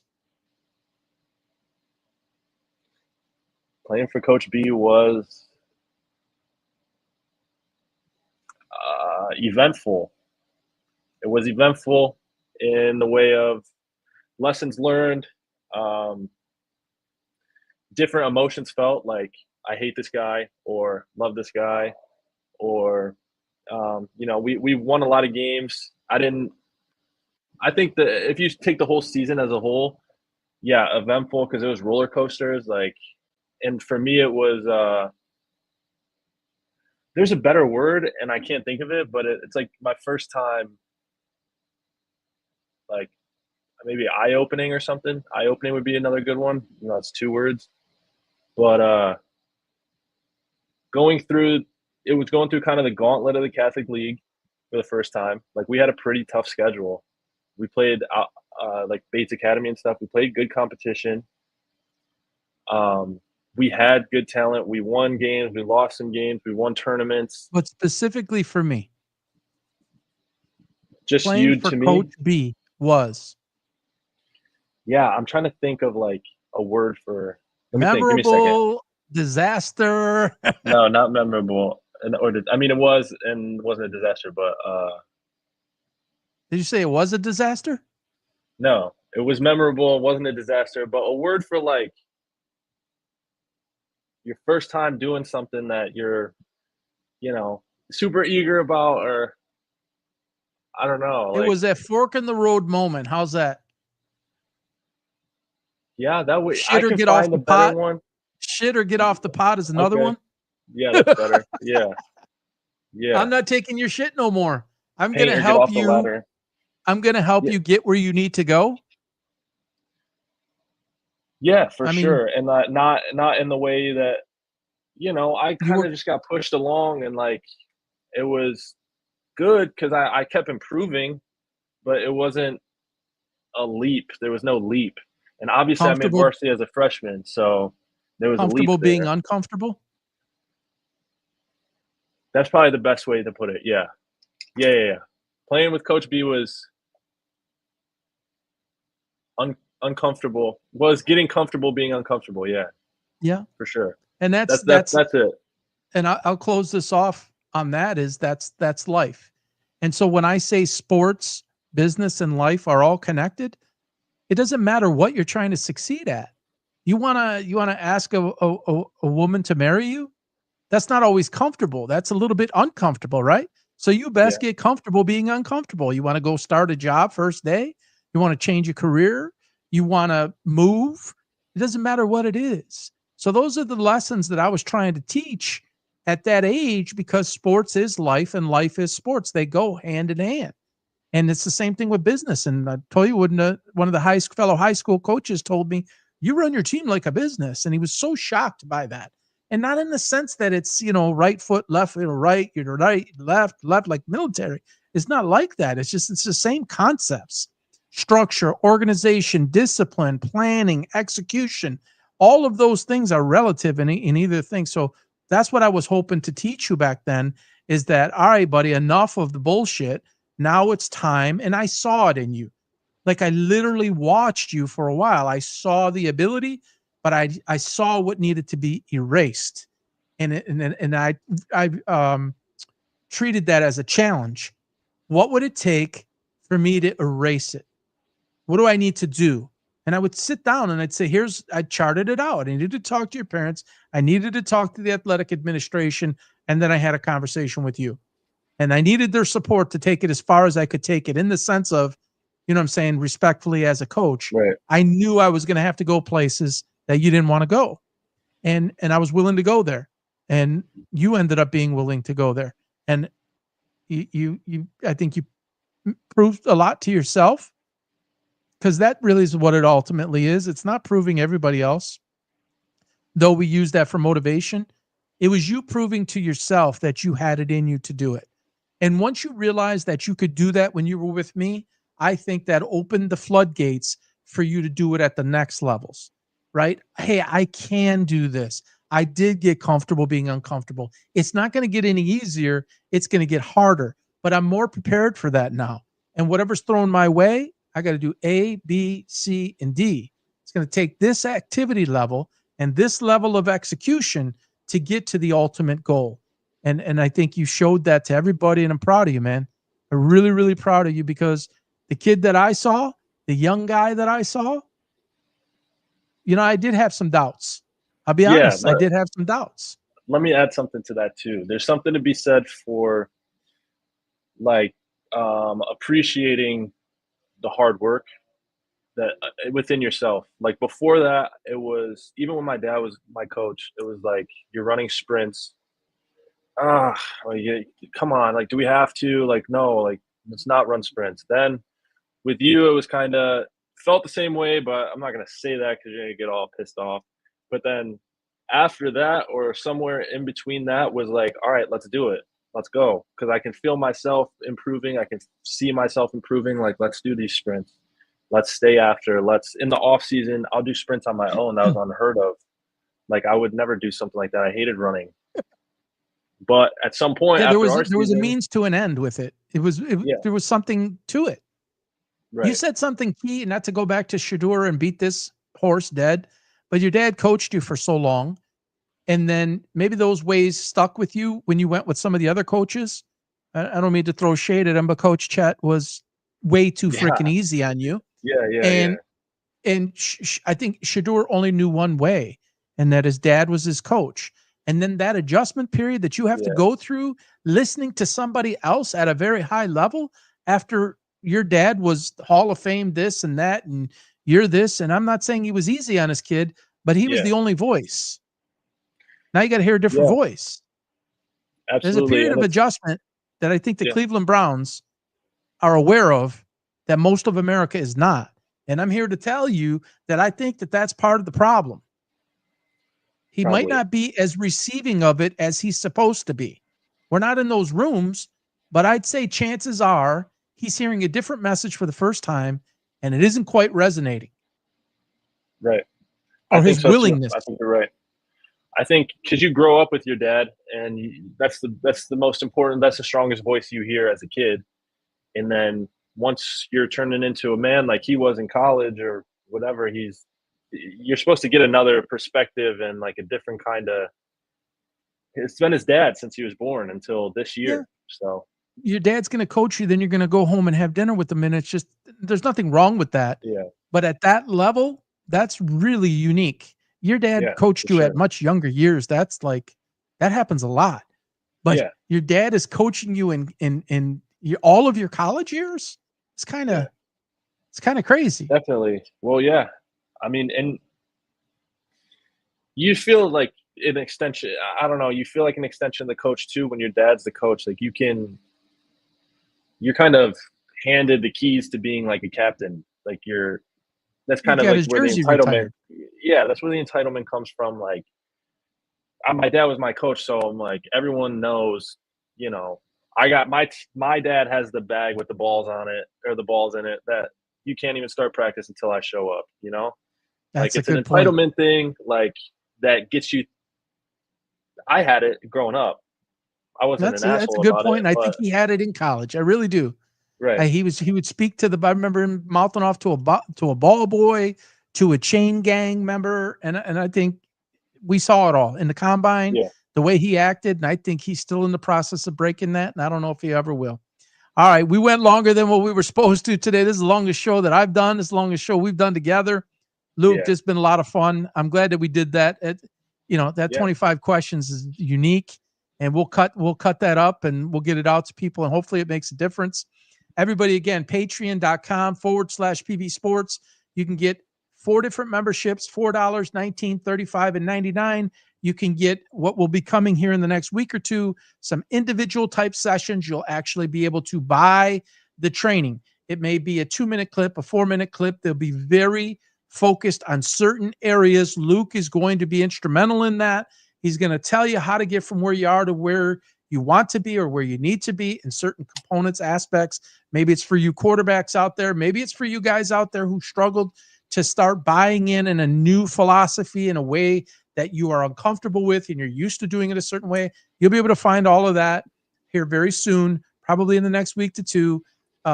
You can go up there. The predictions are up there. You'll be able to get PB's picks packages, and you'll be able to see my history of picking. That's all up there for you to view.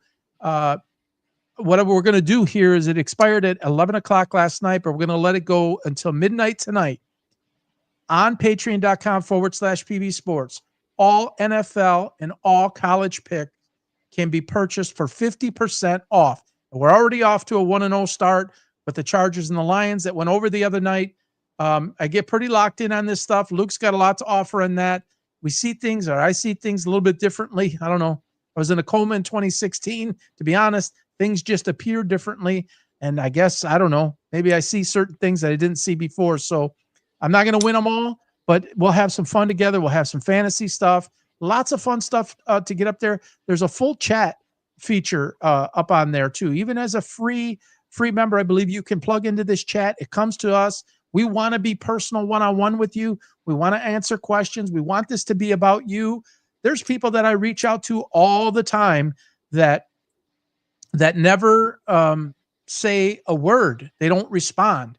Big accounts, medium accounts, small accounts. We don't want that to be. We want that to be something that you can reach out and feel a part of it. Feel a part of Team PB, and Team LP. So again, patreon.com/PB Sports. Looking forward to football season. 3 weeks away today from college.